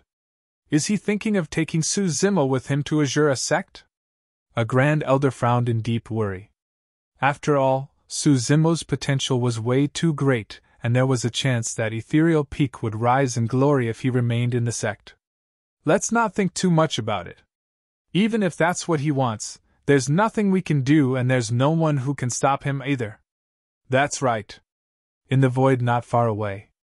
Everyone from the royal family of Great Zhou watched on with shocked expressions, taking a long time to recover. Ethereal Peak suffered great losses for that battle. However, the remaining cultivators, be it at Foundation Establishment, Golden Core or Nascent Soul Realm, had gone through the baptism of blood and life and death and would definitely grow to be the strongest supports of Ethereal Peak in the future. This calamity would only cause Ethereal Peak to turn even stronger. Without any accidents, the old immortal crane would also advance a step further to become a Dharma-characteristic ferocious bird. One could almost predict that Ethereal Peak's reputation would grow after this battle, and many cultivators in the territory of Great Zhou would head over due to their great name. Ethereal Peak would rise swiftly. As for the other four major sects, they would have to leave with defeated spirits. Notwithstanding the fact that their void reversions were dead, they had countless nascent souls, golden cores and Foundation Establishment cultivators who were severely injured or dead as well. It was a great loss for their sections. Be it their cultivators of the younger generations or their top experts, the four major sects won't be able to challenge Ethereal Peak any longer. The fact that they were not annihilated despite the circumstances is proof of how much providence is shining on them. At the very least, for the next 1,000 years, Ethereal Peak's position would most likely be unshakable. The Emperor of Great Zhou lamented. Upon returning to the capital, he was prepared to send cultivators over to Ethereal Peak with a huge gift of plenty of elixirs. Let's return. Waving his arm, the Emperor led the crowd back. Su Zimo followed Yen Beichen into Thunderclap Valley. Waving his arm, Yen Beichen set up a barrier that isolated the sounds of rumbling thunder outside. Thereafter, he turned to look at Su Zimo quietly with a scrutinizing gaze. You were the one that obtained the secret skill inside the mystic gold silk armor? Suddenly, Yen Beichen asked. Su Zimo nodded. Thank you, Senior. Yen Beichen pouted his lips. The Void Thunder Manual is a secret skill that's said to be the Thunder Emperor's compilation of his life's work before his ascension back then. Unfortunately, I only managed to obtain a page of it in the ancient battlefield. The Thunder Emperor. It was no wonder why the demonic Qi in Su Zimo's bloodline could be purged just through the mantra of a single page. It was because the Void Thunder Manual had such a powerful origin. A moment later, Yen Beichen asked, You were the one who obtained the Saber Emperor's inheritance in the ancient battlefield? I was. Su Zimo admitted to it. The Sea Calming Manual had been lost for many years, and it was normal that the cultivators of the Great Zhou dynasty could not recognize it. However, Asura sect was one of the super sects of Tianhuang Mainland, and Yen Beichen, who was before him, was an expert at the void reversion realm. It was only natural that Su Zimo's saber technique was recognized by the latter. All of a sudden, Su Zimo's heart skipped a beat, and he recalled the thought that he did not complete earlier on. 1,000 years ago, the Saber Mountain Spirit Sea, Asura sect, Paragon who used the saber. All the clues that were laid out before him pointed out to an incident in the past clearly.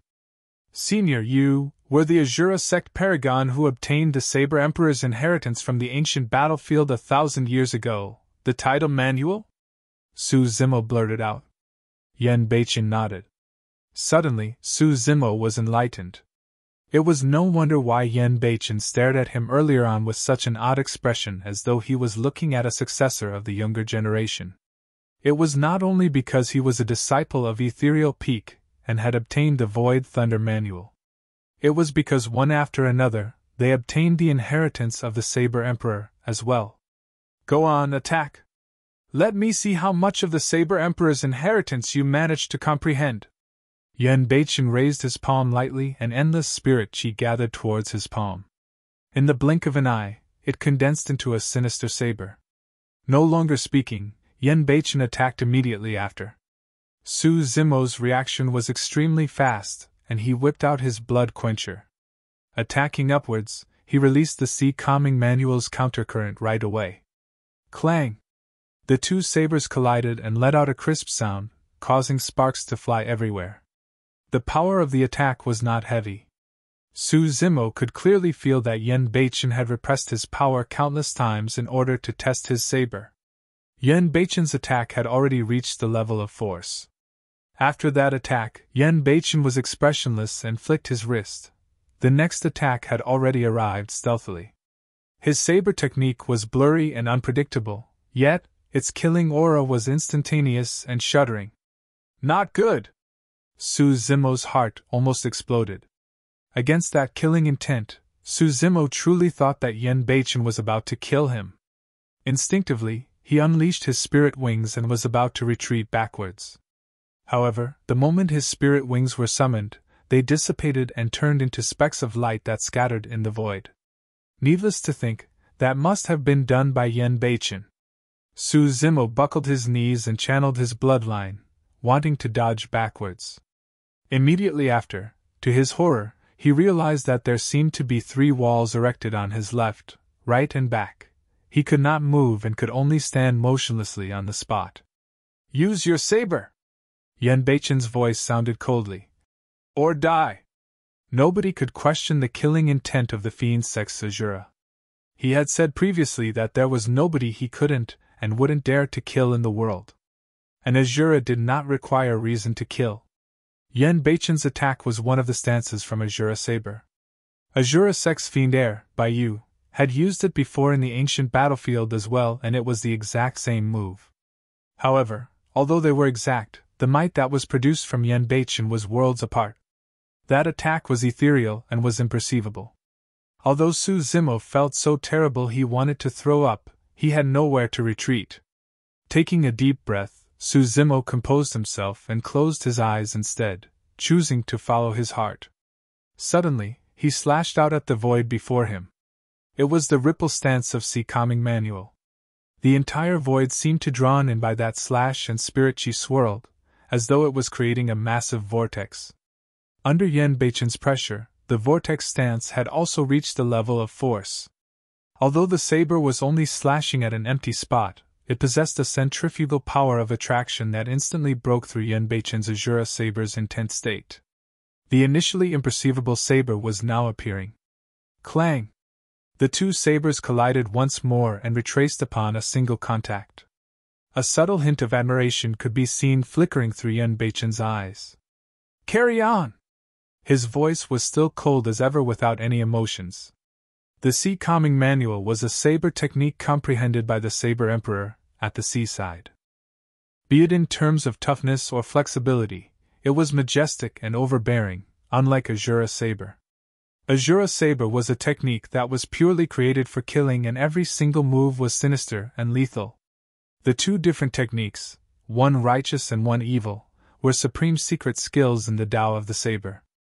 Yan Beichen continued attacking in succession, and the angles of his attacks were tricky. They withdrew, lifted, or were hidden. Every single attack was filled with boundless imagination that left one speechless. Against such a saber technique, Su Zimo could only deal with them using the ripple stance of the Sea Calming Manual, fighting gentleness with gentleness. Su Zimo's ripple stance turned increasingly mature against that immense pressure, and a saber force that was akin to ripples on the surface of water started to appear gradually.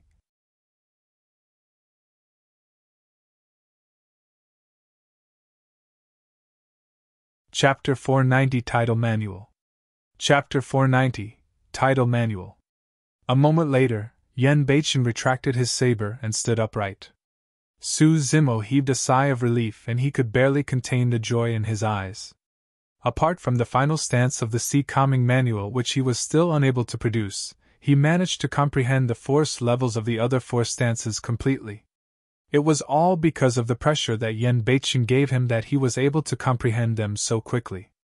Otherwise, even if he practiced against air for dozens of years, he might not be able to reach this step unless he had another opportunity. If cultivators wanted to grow, they would have to grind against the brink of life and death continuously. Of course, what truly brought joy to Su Zimo was not only because he managed to comprehend the realm of force. More than that, under the pretext that they were both on the same power level, he was not weaker than this number 1 paragon of Tianhuang Mainland North region in the past in terms of his saber technique. Although Yan Beiqin had been immersed in the Tao of the saber for countless years, Su Zimo was not disadvantaged. Amazing! Su Zimo was drenched in sweat and was invigorated. Yan Beiqin's expression was cold and his gaze was calm, as though he could read Su Zimo's mind. Do you think that you're incredible because you're able to defend against my attacks? Yan Beiqin asked indifferently. Su Zimo remained silent. During their previous exchange of blows, although Yan Beiqin was repressing him the entire time, Su Zimo did not reveal any openings and in fact, he managed to defend all of the former's various attacks. However, Su Zimo was embarrassed to admit to something like that after Yan Beiqin read his mind. Yet Yan Beiqin's next remark caused Su Zimo's heart to sink as chills filled his body. Take a look at your body. Yan Beiqin's eyes was shimmering with a hint of disdain. Furrowing his brows slightly, Su Zimo lowered his head and he froze up, his pupils constricting violently. Before he knew it, a series of cuts had already been made on the green robes in front of his chest. They intertwined near to his heart and formed a gigantic character for the word death. This? Su Zimo felt his limbs go cold. This meant that if this was an actual life and death battle, he would have died more than 6 times in that short exchange earlier on. The most frightening thing was that he did not notice it at all up till now. The more Su Zimo thought about it, the more alarmed he was. The pride and exhilaration he displayed earlier had vanished entirely. If there were no restrictions and he could rely on his movement techniques from the mystic classic of the 12 demon kings of the great wilderness, his speed and his terrifying physique, Su Zimo might not lose. However, at the very least, he was completely defeated in terms of saber technique. Yan Beiqin swiped his storage bag and 2 more ancient manuals appeared in his hands. He handed them to Su Zimo. Focusing his gaze, Su Zimo could not help but exclaim, "The Tidal Manual!"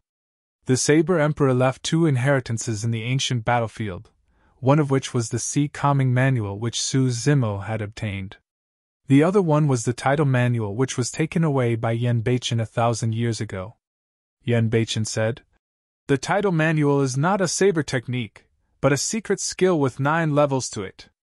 It was created by the Saber Emperor in the past while he was at the seaside, observing the ebb and flow of the tides. He combined that as a skill together with the Tao of the Saber, and it possesses the obscurities of the universe. The Tidal Manual and Sea Calming Manual complement and complete one another. After cultivating the Tidal Manual, you'll be able to utilize the might of the tide. At level 1, each time you make an attack, there will be an additional layer of power to it, and that's the Tidal Might." Su Zimo seemed to have an understanding. Yan Beiqin continued, "At level 1 of the Tidal Manual, you'll experience a 10% increase in strength. At level 2, 20%. Don't look down on the percentages because in actual combat, the difference will be significant." Su Zimo was secretly shocked. If he managed to cultivate to level 9 of the Tidal Might, it would be equivalent to an additional 90%, and that would be akin to twice of his strength. It was enough for him to overwhelm anyone else of the same cultivation realm. Of course, the most important use of the Tidal Might is to make up for the flaws of the Sea Calming Manual. Yan Beiqin explained. You are already extremely proficient in your first 4 stances. However, there is still some sluggishness in your transition between gentleness and toughness while changing stances. While ordinary cultivators are almost blind to these openings, you will be in danger of dying if you meet with people who are truly impressive. Suddenly, Su Zimo was enlightened. Indeed, he had experienced slight sluggishness while he was practicing his saber techniques earlier on. However, when he battled in the ancient battlefield against the paragons of the immortal, Buddhist and fiend sects, nobody noticed those openings. As such, Su Zimo did not pay much attention to it. He had not expected that his openings would be so fatal when they were exposed to true experts. Su Zimo was immensely grateful. He had not thought that Yen Beichen would impart to him the Tidal manual so easily without hesitation. Senior, I'll demonstrate the Sea Calming manual once and describe to you the details of it. Su Zimo's thought process was simple. He wanted to impart the Sea Calming manual to Yen Beichen as well as a form of exchange. There's no need. Yen Beichen waved it off indifferently. I've already begun to comprehend my own Tao. In my eyes, the Sea Calming manual is no big deal. There was a hint of arrogance in Yen Beichen's tone. He was firmly convinced that he would definitely be an emperor in the future with accomplishments above the Saber Emperor. Su Zimo did not press on further and took the Tidal manual. When he saw the second ancient manual, he could not help but frown. Asura Saber? The other secret skill was Asura Sect's secret skill, Asura Saber. This? Su Zimo was confused. By doing this, did it mean that Yen Beichen wanted him to join Asura Sect? Su Zimo hesitated for a moment before returning Asura Saber. I haven't thought about leaving Ethereal Peak before. Senior, please take the Asura Saber back. Yen Beichen glared at him but did not take it back. Even if you don't join Asura Sect, you can take this Saber manual to cultivate. Is this appropriate? Su Zimo frowned. Usually, one would be severely punished and might even be killed if they imparted the secret skills of a sect. You're telling me that even though I dare to impart it to you, you don't dare to learn it? Yen Beichen sneered. Su Zimo was silent. In the ancient battlefield, he had truly created quite a bit of trouble and there was nothing he wouldn't dare to learn. Furthermore, it wasn't as though Su Zimo hadn't cultivated techniques of the fiend sects before. Back in the river undercurrent, when he was stuck with Demoness Ji in that cramped stone coffin, he cultivated the blood refinement fiend sutra that was left inside. At that thought, Su Zimo accepted both the ancient manuals. After pondering silently for a moment, he recalled something and asked, Asura Sect is located in the Middle Continent. Senior, were you able to arrive in time because Senior Gu Shi sent you a message? Yen Beichen and looked at Su Zimo with a strange stare. To think that this generation's pure maiden of the fiend sex would have chosen you as her tripod. This was the second time that Su Zimo had heard of the term. The first time was under the human emperor's palace when Demoness Ji confessed to it after being questioned by the sealer of the illusion fiend cult. What's the meaning of being a tripod of the pure maiden sect? Su Zimo could not help but ask. Yen Beichen did not reply. When Su Zimo saw that, he suppressed the curiosity in his heart for now. He thought for a moment and asked again. Why are all the sects, cultivators and even the royal family of Great Zhou so wary of the witch race? That cautiousness stems from a catastrophe that happened 10,000 years ago. Yen Beichen replied indifferently.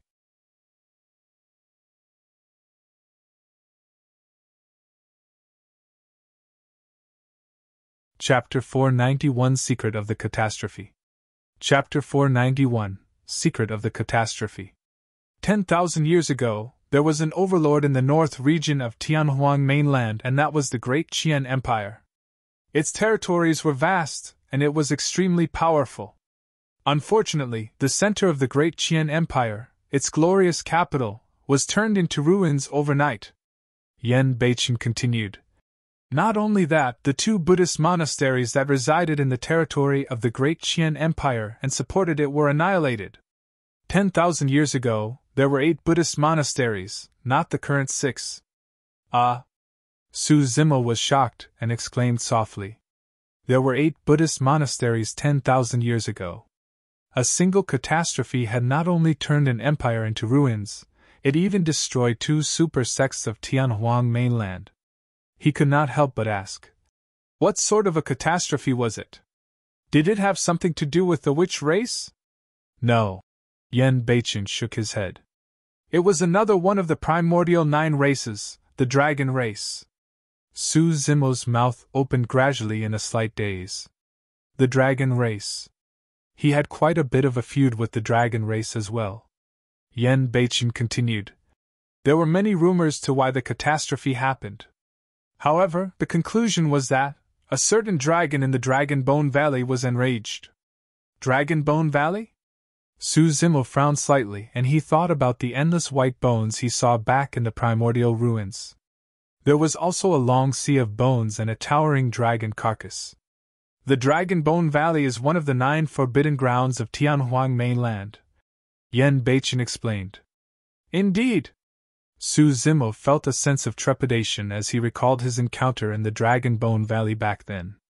If not for the mysterious Lin Xuanji, he would have died there even if he had 10 lives. Suddenly he recalled something that Yan Beichen said earlier and could not help but question in shock and disbelief. It was all because of a dragon. A single dragon was enough to bring the great Qian Empire and 2 super sects to ruins, changing the state of Tianhuang Mainland's north region entirely? That's right. Yan Beichen nodded. An ancestral-level divine dragon. As though he could tell that Su Zimo did not understand the concept of an ancestral-level divine dragon, Yan Beichen added. His combat strength can match the human emperor. Su Zimo was stunned. A moment later, Su Zimo composed himself and continued asking. How many ancestral dragons are there in the dragon race? No one knows, Yan Beichen replied. However, the ancestral dragons are not the strongest of the dragon race. The dragon race also has a dragon emperor whose power is far beyond the ancestral dragons. Suddenly, Su Zimo felt like he was being suffocated and was in immense pressure. If an ancestral dragon could fight against the human emperor, who in the world could stop a dragon emperor if it was born? Yan Beichen continued. The primordial 9 races are innately strong from birth and can wipe out almost everyone else at the same cultivation realm. Throughout history, there has been countless emperors, but among them, there are less than 10 emperors of the human race who can go against the emperors of the primordial 9 races. Su Zimo remained silent. That was the difference between them. Humans were born weak, and that was a fact that couldn't be changed. The experts of the primordial 9 races are already able to fight against emperors of the human race when they were at the ancestral level. They did not even have to be emperors themselves. After a brief pause, Yan Beichen said, The reason why humans were able to win the ancient war was because of the birth of the human emperor. He was a supreme hero who shocked history and could look down on all other emperors. At the mention of the human emperor, even someone as prideful as Yan Beichen revealed a tinge of admiration in his tone. At that point, Su Zimo gradually understood. What the royal family of Great Zhou was fearful about was not the Blood Crow Palace's lord, but the true experts of the witch race. Blood Crow Palace's lord is merely a remnant of the witch race with an impure bloodline. Otherwise, his combat strength wouldn't have been so pathetic. Now that his physical body was destroyed by me, he won't be able to recover in a short period of time, and Ethereal Peak is in no danger for now. However, Yan Beichen paused for a moment before changing the topic. You've been extravagant in your ways in the ancient battlefield, killing the fiend heir of Malevolent Earth Sect and destroying Poison Sect while defeating Glass Palace. You'll have to watch out from now on. Glass Palace and Malevolent Earth Sect are located at the north region of Tianhuang Mainland. Su Zimo's heart skipped a beat. Although no one else in Xiantian City apart from Ji Qitian and the others knew of his background, given the strength of Glass Palace and Malevolent Earth Sect, if they truly wanted to hunt him down, it would just be a matter of time. The only way for him was to hide in seclusion without coming forth. However, what worried Su Zimo even more was that Glass Palace's patron was severely injured and escaped into the Fog Valley with his fate unknown. There was a chance that he would have survived and made it back to Tianhuang Mainland. That man was a latent danger. For the first time, Su Zimo felt that there were way too many latent dangers around him. Glass Palace, Malevolent Earth Sect, Poison Sect, Blood Crow Palace's lord. The moment all of those latent dangers erupted, the outcome would be unimaginable. He had to get stronger as quickly as possible. With those latent dangers ticking down, The only shot he had at survival was to get stronger as soon as possible. Yan Beichen turned around to leave but paused for a moment before remarking indifferently. You're at Extreme Foundation establishment, and is the second person in history to do so apart from the human emperor. However, you have to understand that before you form a core, everything is merely a dreamscape. In the super sects of Tianhuang Mainland, Foundation establishment cultivators are only outer sect disciples, and they will only become inner sect disciples after forming a core. That was the difference between super sects and Ethereal Peak. In Ethereal Peak, golden cores could become elders. However, in those super sects, they were only inner sect disciples. Yan Beichen added, I heard that Divine Phoenix Island produced a monster incarnate. Although you're at Extreme Foundation establishment, you're probably only on par with him. Su Zimo did not reply. He could not possibly divulge the identity of Divine Phoenix Island's monster incarnate. Everyone in the cultivation world knew right now that the Divine Phoenix Island's monster incarnate's right hand was a precious piece of Divine Phoenix bone. If the mighty figures and patriarchs of various factions were to come fight for it, no one could protect him at all. Additionally, although phenomenons are the strongest techniques available for golden cores, there's a difference in strength between the phenomenons. Yan Beichen said, the golden core phenomenons you experienced earlier were the low-end ones with limited power. If you meet with golden cores with ancient phenomenons, even an early-stage golden core would be able to kill you. Are all ancient phenomenons definitely strong? Su Zimo asked with a frown.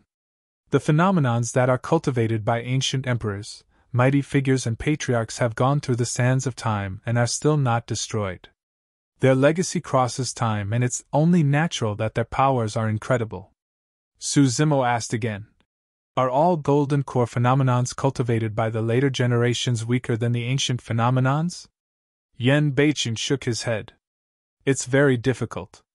All the cultivation techniques you're using right now has been passed down from history.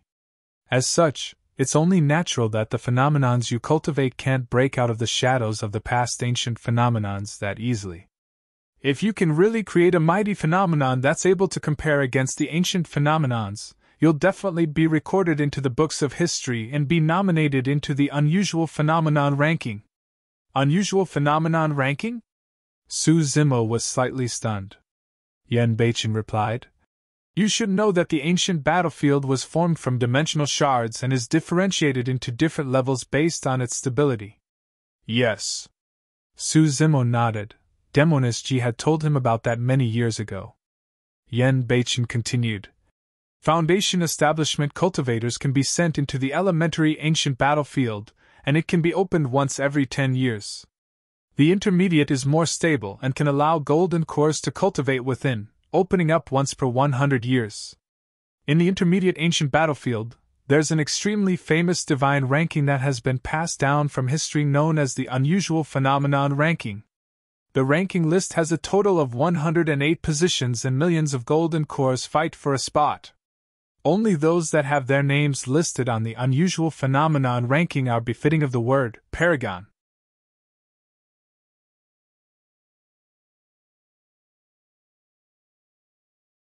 Chapter 492 Divine Powers. Chapter 492 Divine Powers. Yan Beichen said, I'm sure I don't need to elaborate more about the benefits of the ancient battlefield. Both you and I are beneficiaries of them. Su Zimo nodded. If he hadn't entered the ancient battlefield, there was no way he would have cultivated to his current cultivation realm within a short period of time. Be it the path of immortals or demons, Su Zimo was already half a step through to creating a core. Furthermore, he wouldn't have been able to unlock 9 spirit meridians and reach the legendary Extreme Foundation establishment realm. He wouldn't have had a chance to obtain the secret skill, ancient Dragonification manual, and the Khanate spirit weapon, the coiling dragon seal either.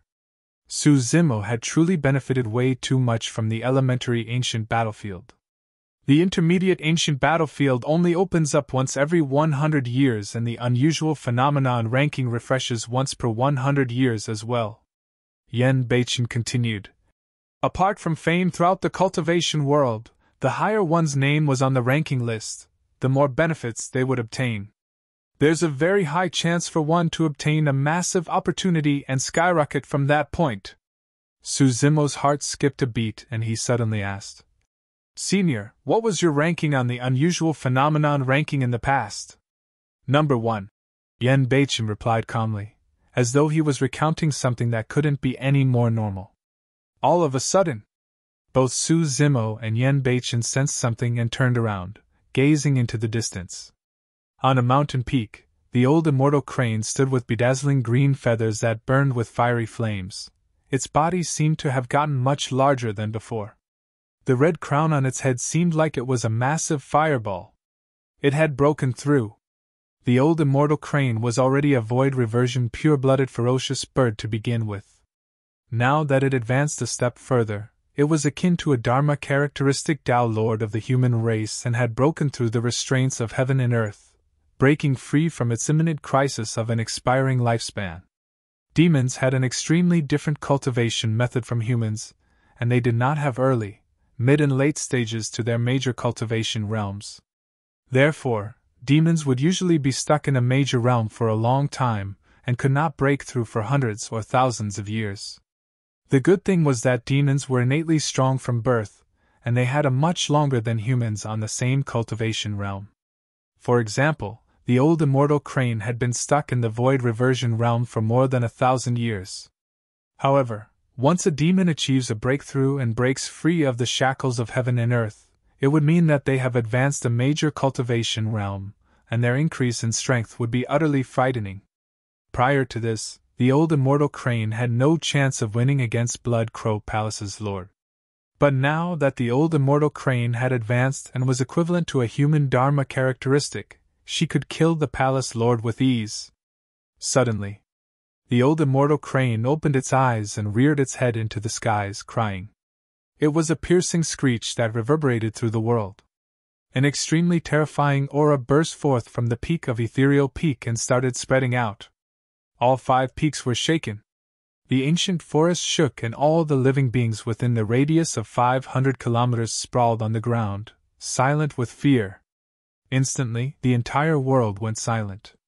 Even the air around Ethereal Peak went still and the clouds stopped floating.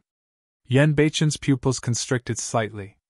Even he was feeling some slight palpitations through that power. Innate divine powers! Yen Beichen took a deep breath of air and murmured, Is that what divine powers are like? It's truly strong. What are divine powers? Suzimo could not help but ask. Up till this point of his cultivation, he had only heard of spirit arts and dermic arts that were above the former. However, he had never heard of divine powers. Divine powers are even more terrifying than spirit and dermic arts. Simply put, divine powers goes beyond one's imagination and are the type of methods you only hear of in legends. Suzimo was shocked to hear this. It was even more terrifying than spirit and dermic arts. Yen Beichen said slowly. Lifting mountains and chasing the moon, that's a divine power. Plucking the stars from the heavens, that's a divine power. Incinerating the heavens and burning the seas, that's a divine power. Summoning wind and rain, scattering beams to form troops, those are all divine powers.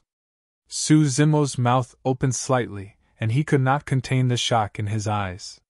One could pluck the stars in the skies, one could boil the oceans and even burn the heavens. Everything was truly beyond Suzimo's imagination. A brand new cultivation that was vast and incredible started forming in his mind. It was something that invigorated him and made him look forward to. Suddenly Suzimo realized. Although he had already started cultivating a long time ago, he had only just begun on the long path of cultivation. How do you cultivate divine powers? Suzimo asked excitedly.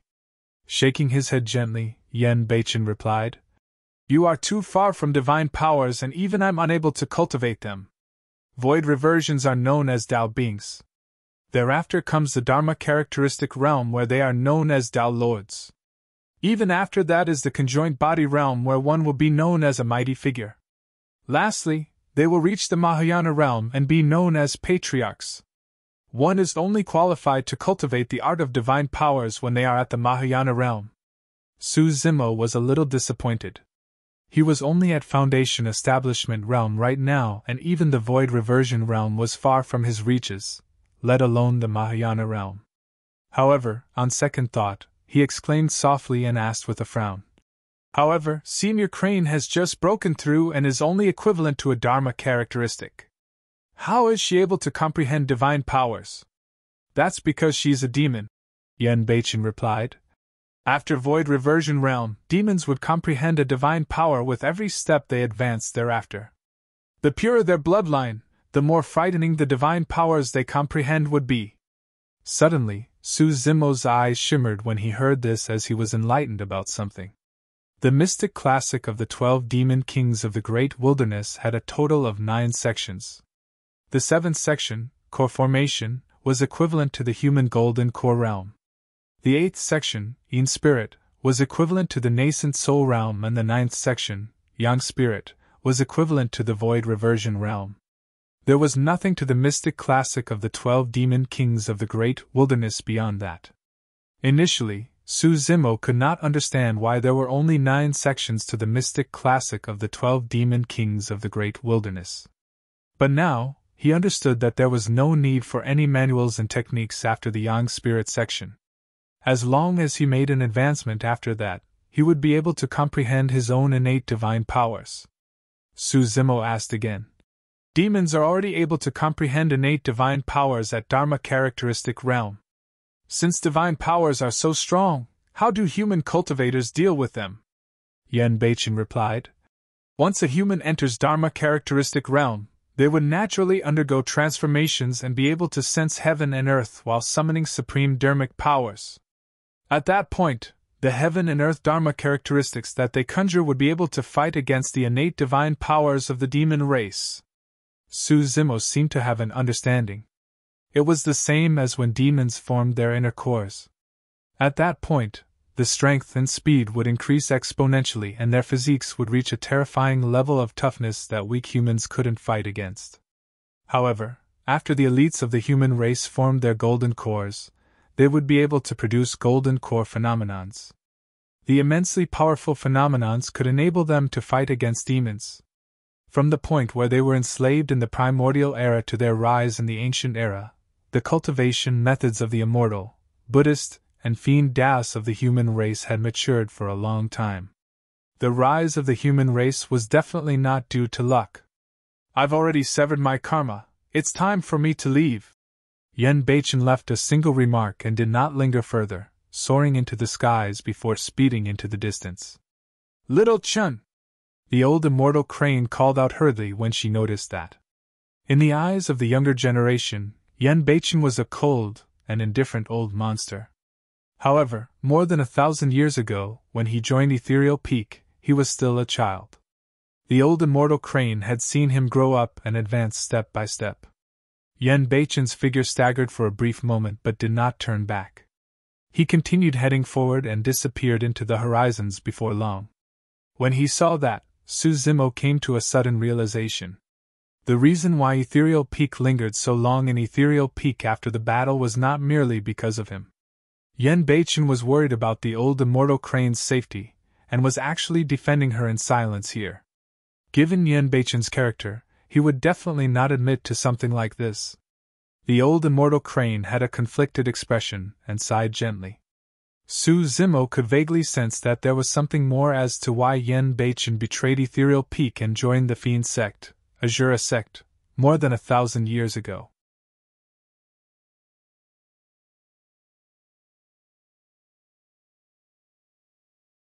Chapter 493 Subduing the Monkey Mind and Calming the Prancing Horse. Chapter 493 Subduing the Monkey Mind and Calming the Prancing Horse. The old immortal crane turned and transformed into a middle-aged red-headed beauty. She had blush-fair skin and looked to be in her early 30s. Waving her arm casually, her robes extended thousands of feet away and brought Su Zimo before her instantly. Congratulations, Senior! Su Zimo was truly elated when he saw that the old immortal crane was able to break free from the shackles of heaven and earth and extend her lifespan.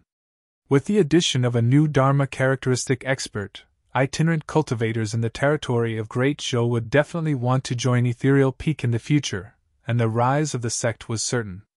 I should be the one thanking you. The old immortal crane smiled and looked towards a spot in the forest outside of Ethereal Peak. Someone from the fiend sects must have sent a message for little Qian to arrive in time. I suppose that has something to do with you. Su Zimo remained silent. I don't have any biasness towards the fiend sections. Head over there and take a look. Someone has been waiting for you for a long time. The old immortal crane pointed to a deep portion of the forest and said with a smile. All right. Su Zimo smiled and spread his spirit wings, speeding towards the forest. In the depths of the forest, a pink figure stood upright with black hair that fell like a waterfall. Her long dress accentuated her curvy figure to its best. The veil on the girl's face had already been removed and she was smiling towards his direction with a peerlessly flawless face. Thank you. Su Zimo was silent for a long time after arriving before finally speaking. Demoness Ji could not help but stifle a laugh. Blinking her eyes, she skipped around gently and closed into Su Zimo playfully. A fragrance wafted over. Their cheeks were extremely close together, and Demoness Ji asked with a sweet breath, How are you going to thank me? With that said, she bit her cherry lips in a seemingly dissatisfied manner and looked at Su Zimo expectantly. He lowered his gaze with the calmness of an old monk. Not daring to meet with her gaze, he took a step back instead. After not seeing her for half a year, Demoness Ji's charm techniques had gotten even more terrifying. Su Zimo lamented to himself. Seems like she has gotten quite a few opportunities in the human emperor's palace back then as well. Alright, I won't tease you anymore. Demoness Ji returned to normal and chuckled before remarking with a relaxed tone. You don't have to thank me since you saved me before as well. Su Zimo heaved out a sigh of relief. After a brief silence, Demoness Ji whispered, You offended so many people in the ancient battlefield, why didn't you join the fiend sects together with Senior Asura? Although he is cold, indifferent, and doesn't care about relationships, I can tell that he seems to treat you rather specially. Su Zimo shook his head. Demoness Ji continued, There's another 20 years to go before the intermediate ancient battlefield opens up. Ethereal Peak doesn't have the strength and isn't able to break through the barriers to enter the intermediate ancient battlefield as well. At that time, remember to come look for me. I'll bring you in. We'll discuss it again. In any case, there's 20 more years to go. There's no hurry. I'll make a move first? Yes. Seeing that Su Zimo had no intention of asking her to stay, Demoness Ji was secretly frustrated and harumphed gently in a begrudging manner. She had just turned around when his voice sounded, somewhat hesitantly. What's the meaning of the pure maiden sex tripod? Demoness Ji's back was facing Su Zimo and a hint of shyness flickered through her eyes. Hiding it swiftly, she turned around with a fake smile. What do you think it means? There was a saying in the cultivation world that tripods were members of the opposite sex captured and used by evil cultivators to increase their cultivation realms. They would use the tripods to do a double cultivation method by using the tripod gene to replenish their yang or vice versa. Tripods were akin to slaves and most of them ended up in miserable states, dying from a complete exhaustion of their yin or yang essences. Naturally, Su Zimo had heard of that saying before. However, he did not believe that the pure maiden sex tripod was the same thing. I don't know. He shook his head. Demoness Ji smiled. Tripods are naturally used for cultivation. When he saw that Demoness Ji clearly did not wish to elaborate, Su Zimo did not question further. I'm going. She waved to Su Zimo with her back facing him. I'll tease you again next time. Gazing at Demoness Ji's departing back view, Su Zimo took a deep breath of air and turned to leave as well, heading towards Ethereal Peak. This time round, he intended to enter seclusion to try and form his core upon returning. Su Zimo wanted to form his cores for both his immortality and demonic cultivations. Nighttime. Ethereal Peak, a cave abode. Su Zimo assumed a lotus position and his eyes were shut. He had already sat there for an entire day without budging like a statue. Although it seemed like he did not make any progress, Su Zimo was making preparations to ensure that nothing went wrong. There were only 12 words to the first sentence of the core formation section. Calm the monkey mind, control the prancing horse, subdue dragons and tigers. That was the first and most important step to core formation. An active mind was like a monkey, unable to keep still. The fluctuations of emotions was like a prancing horse, running wildly. One had to conquer the monkey mind and prancing horse with unparalleled determination, and even subdue dragons or tigers if necessary. All things were connected. In the immortal sex, one would achieve a pure mind by adhering to the extremities of silence. In the Buddhist monasteries, one would chant Buddhist proclamations and refrain from speaking. In reality, all of those were guiding one towards calming the monkey mind and the prancing horse of one's intents. For young people, they were inexperienced and emotional. As such, it was the most difficult for them to calm the monkey mind and prancing horse while cultivating. Older cultivators have been through endless events and are jaded towards the world. As such, it becomes comparatively easy for them instead. Although Su Zimo was not old and he had cultivated for less than 30 years by now, he had been through endless ups and downs in life and wandered around the boundaries of death as well. His mind was resolute and could not be moved. Often, he treated things with humbleness and took care of the overall picture, paying keen attention to things. He took things in his stride and did not overly meddle. Subconsciously, he was already suppressing his monkey mind and the prancing horse while subduing dragons and tigers with supreme determination. After entering meditation, the first 6 sections of the mystic classic of the 12 demon kings of the great wilderness revolved through his mind in an unhurried motion thoroughly. It went from the beginning, body tempering, to tendons transformation, bones strengthening, marrow cleansing, organs refinement, then to the orifice cleansing section. There was a remark in the core formation section. Cultivate the chi of the 5 organs and consume the 7 lights. The 7 lights referred to the 7 orifices. As time flowed, countless nights passed by in the blink of an eye. Within the cave abode, the demonic chi that was surrounding Su Zimo intensified and his 7 orifices shone with a divine radiance. His skin, flesh, tendons, bones, marrow, organs and 7 orifices formed a perfect major heavenly cycle, circulating endlessly. Gradually, the demonic chi outside his body started converging towards the center of his chest. After chi condensation and foundation establishment, cultivators would enter core formation and their golden cores would be created an inch beneath their navel, located at where the spirit chi si and dantian was at. But now, the location of Su Zimo's demonic cultivation for his inner core was clearly different. It was at the center of his chest, extremely close to his heart. The scarlet demon chi was limitless and boundless, converging towards his chest repeatedly while swirling, as if a massive vortex was about to materialize. Be it for demons or humans, core formation was always the most critical step of their cultivation path. This was a sort of finale towards their earlier path of cultivation. After forming a core, it would be the first time they truly broke free of the shackles of heaven and earth, increasing their lifespans. If they failed, everything would come to an end.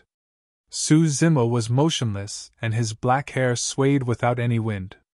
A series of ancient demons were conjured around him, bearing their claws and fangs with a menacing ferocity, as their eyes shimmered with a red gleam. All of those ancient demons paused for a brief moment before being sucked into Su Zimo's chest by that scarlet vortex. Su Zimo's aura was turning increasingly terrifying.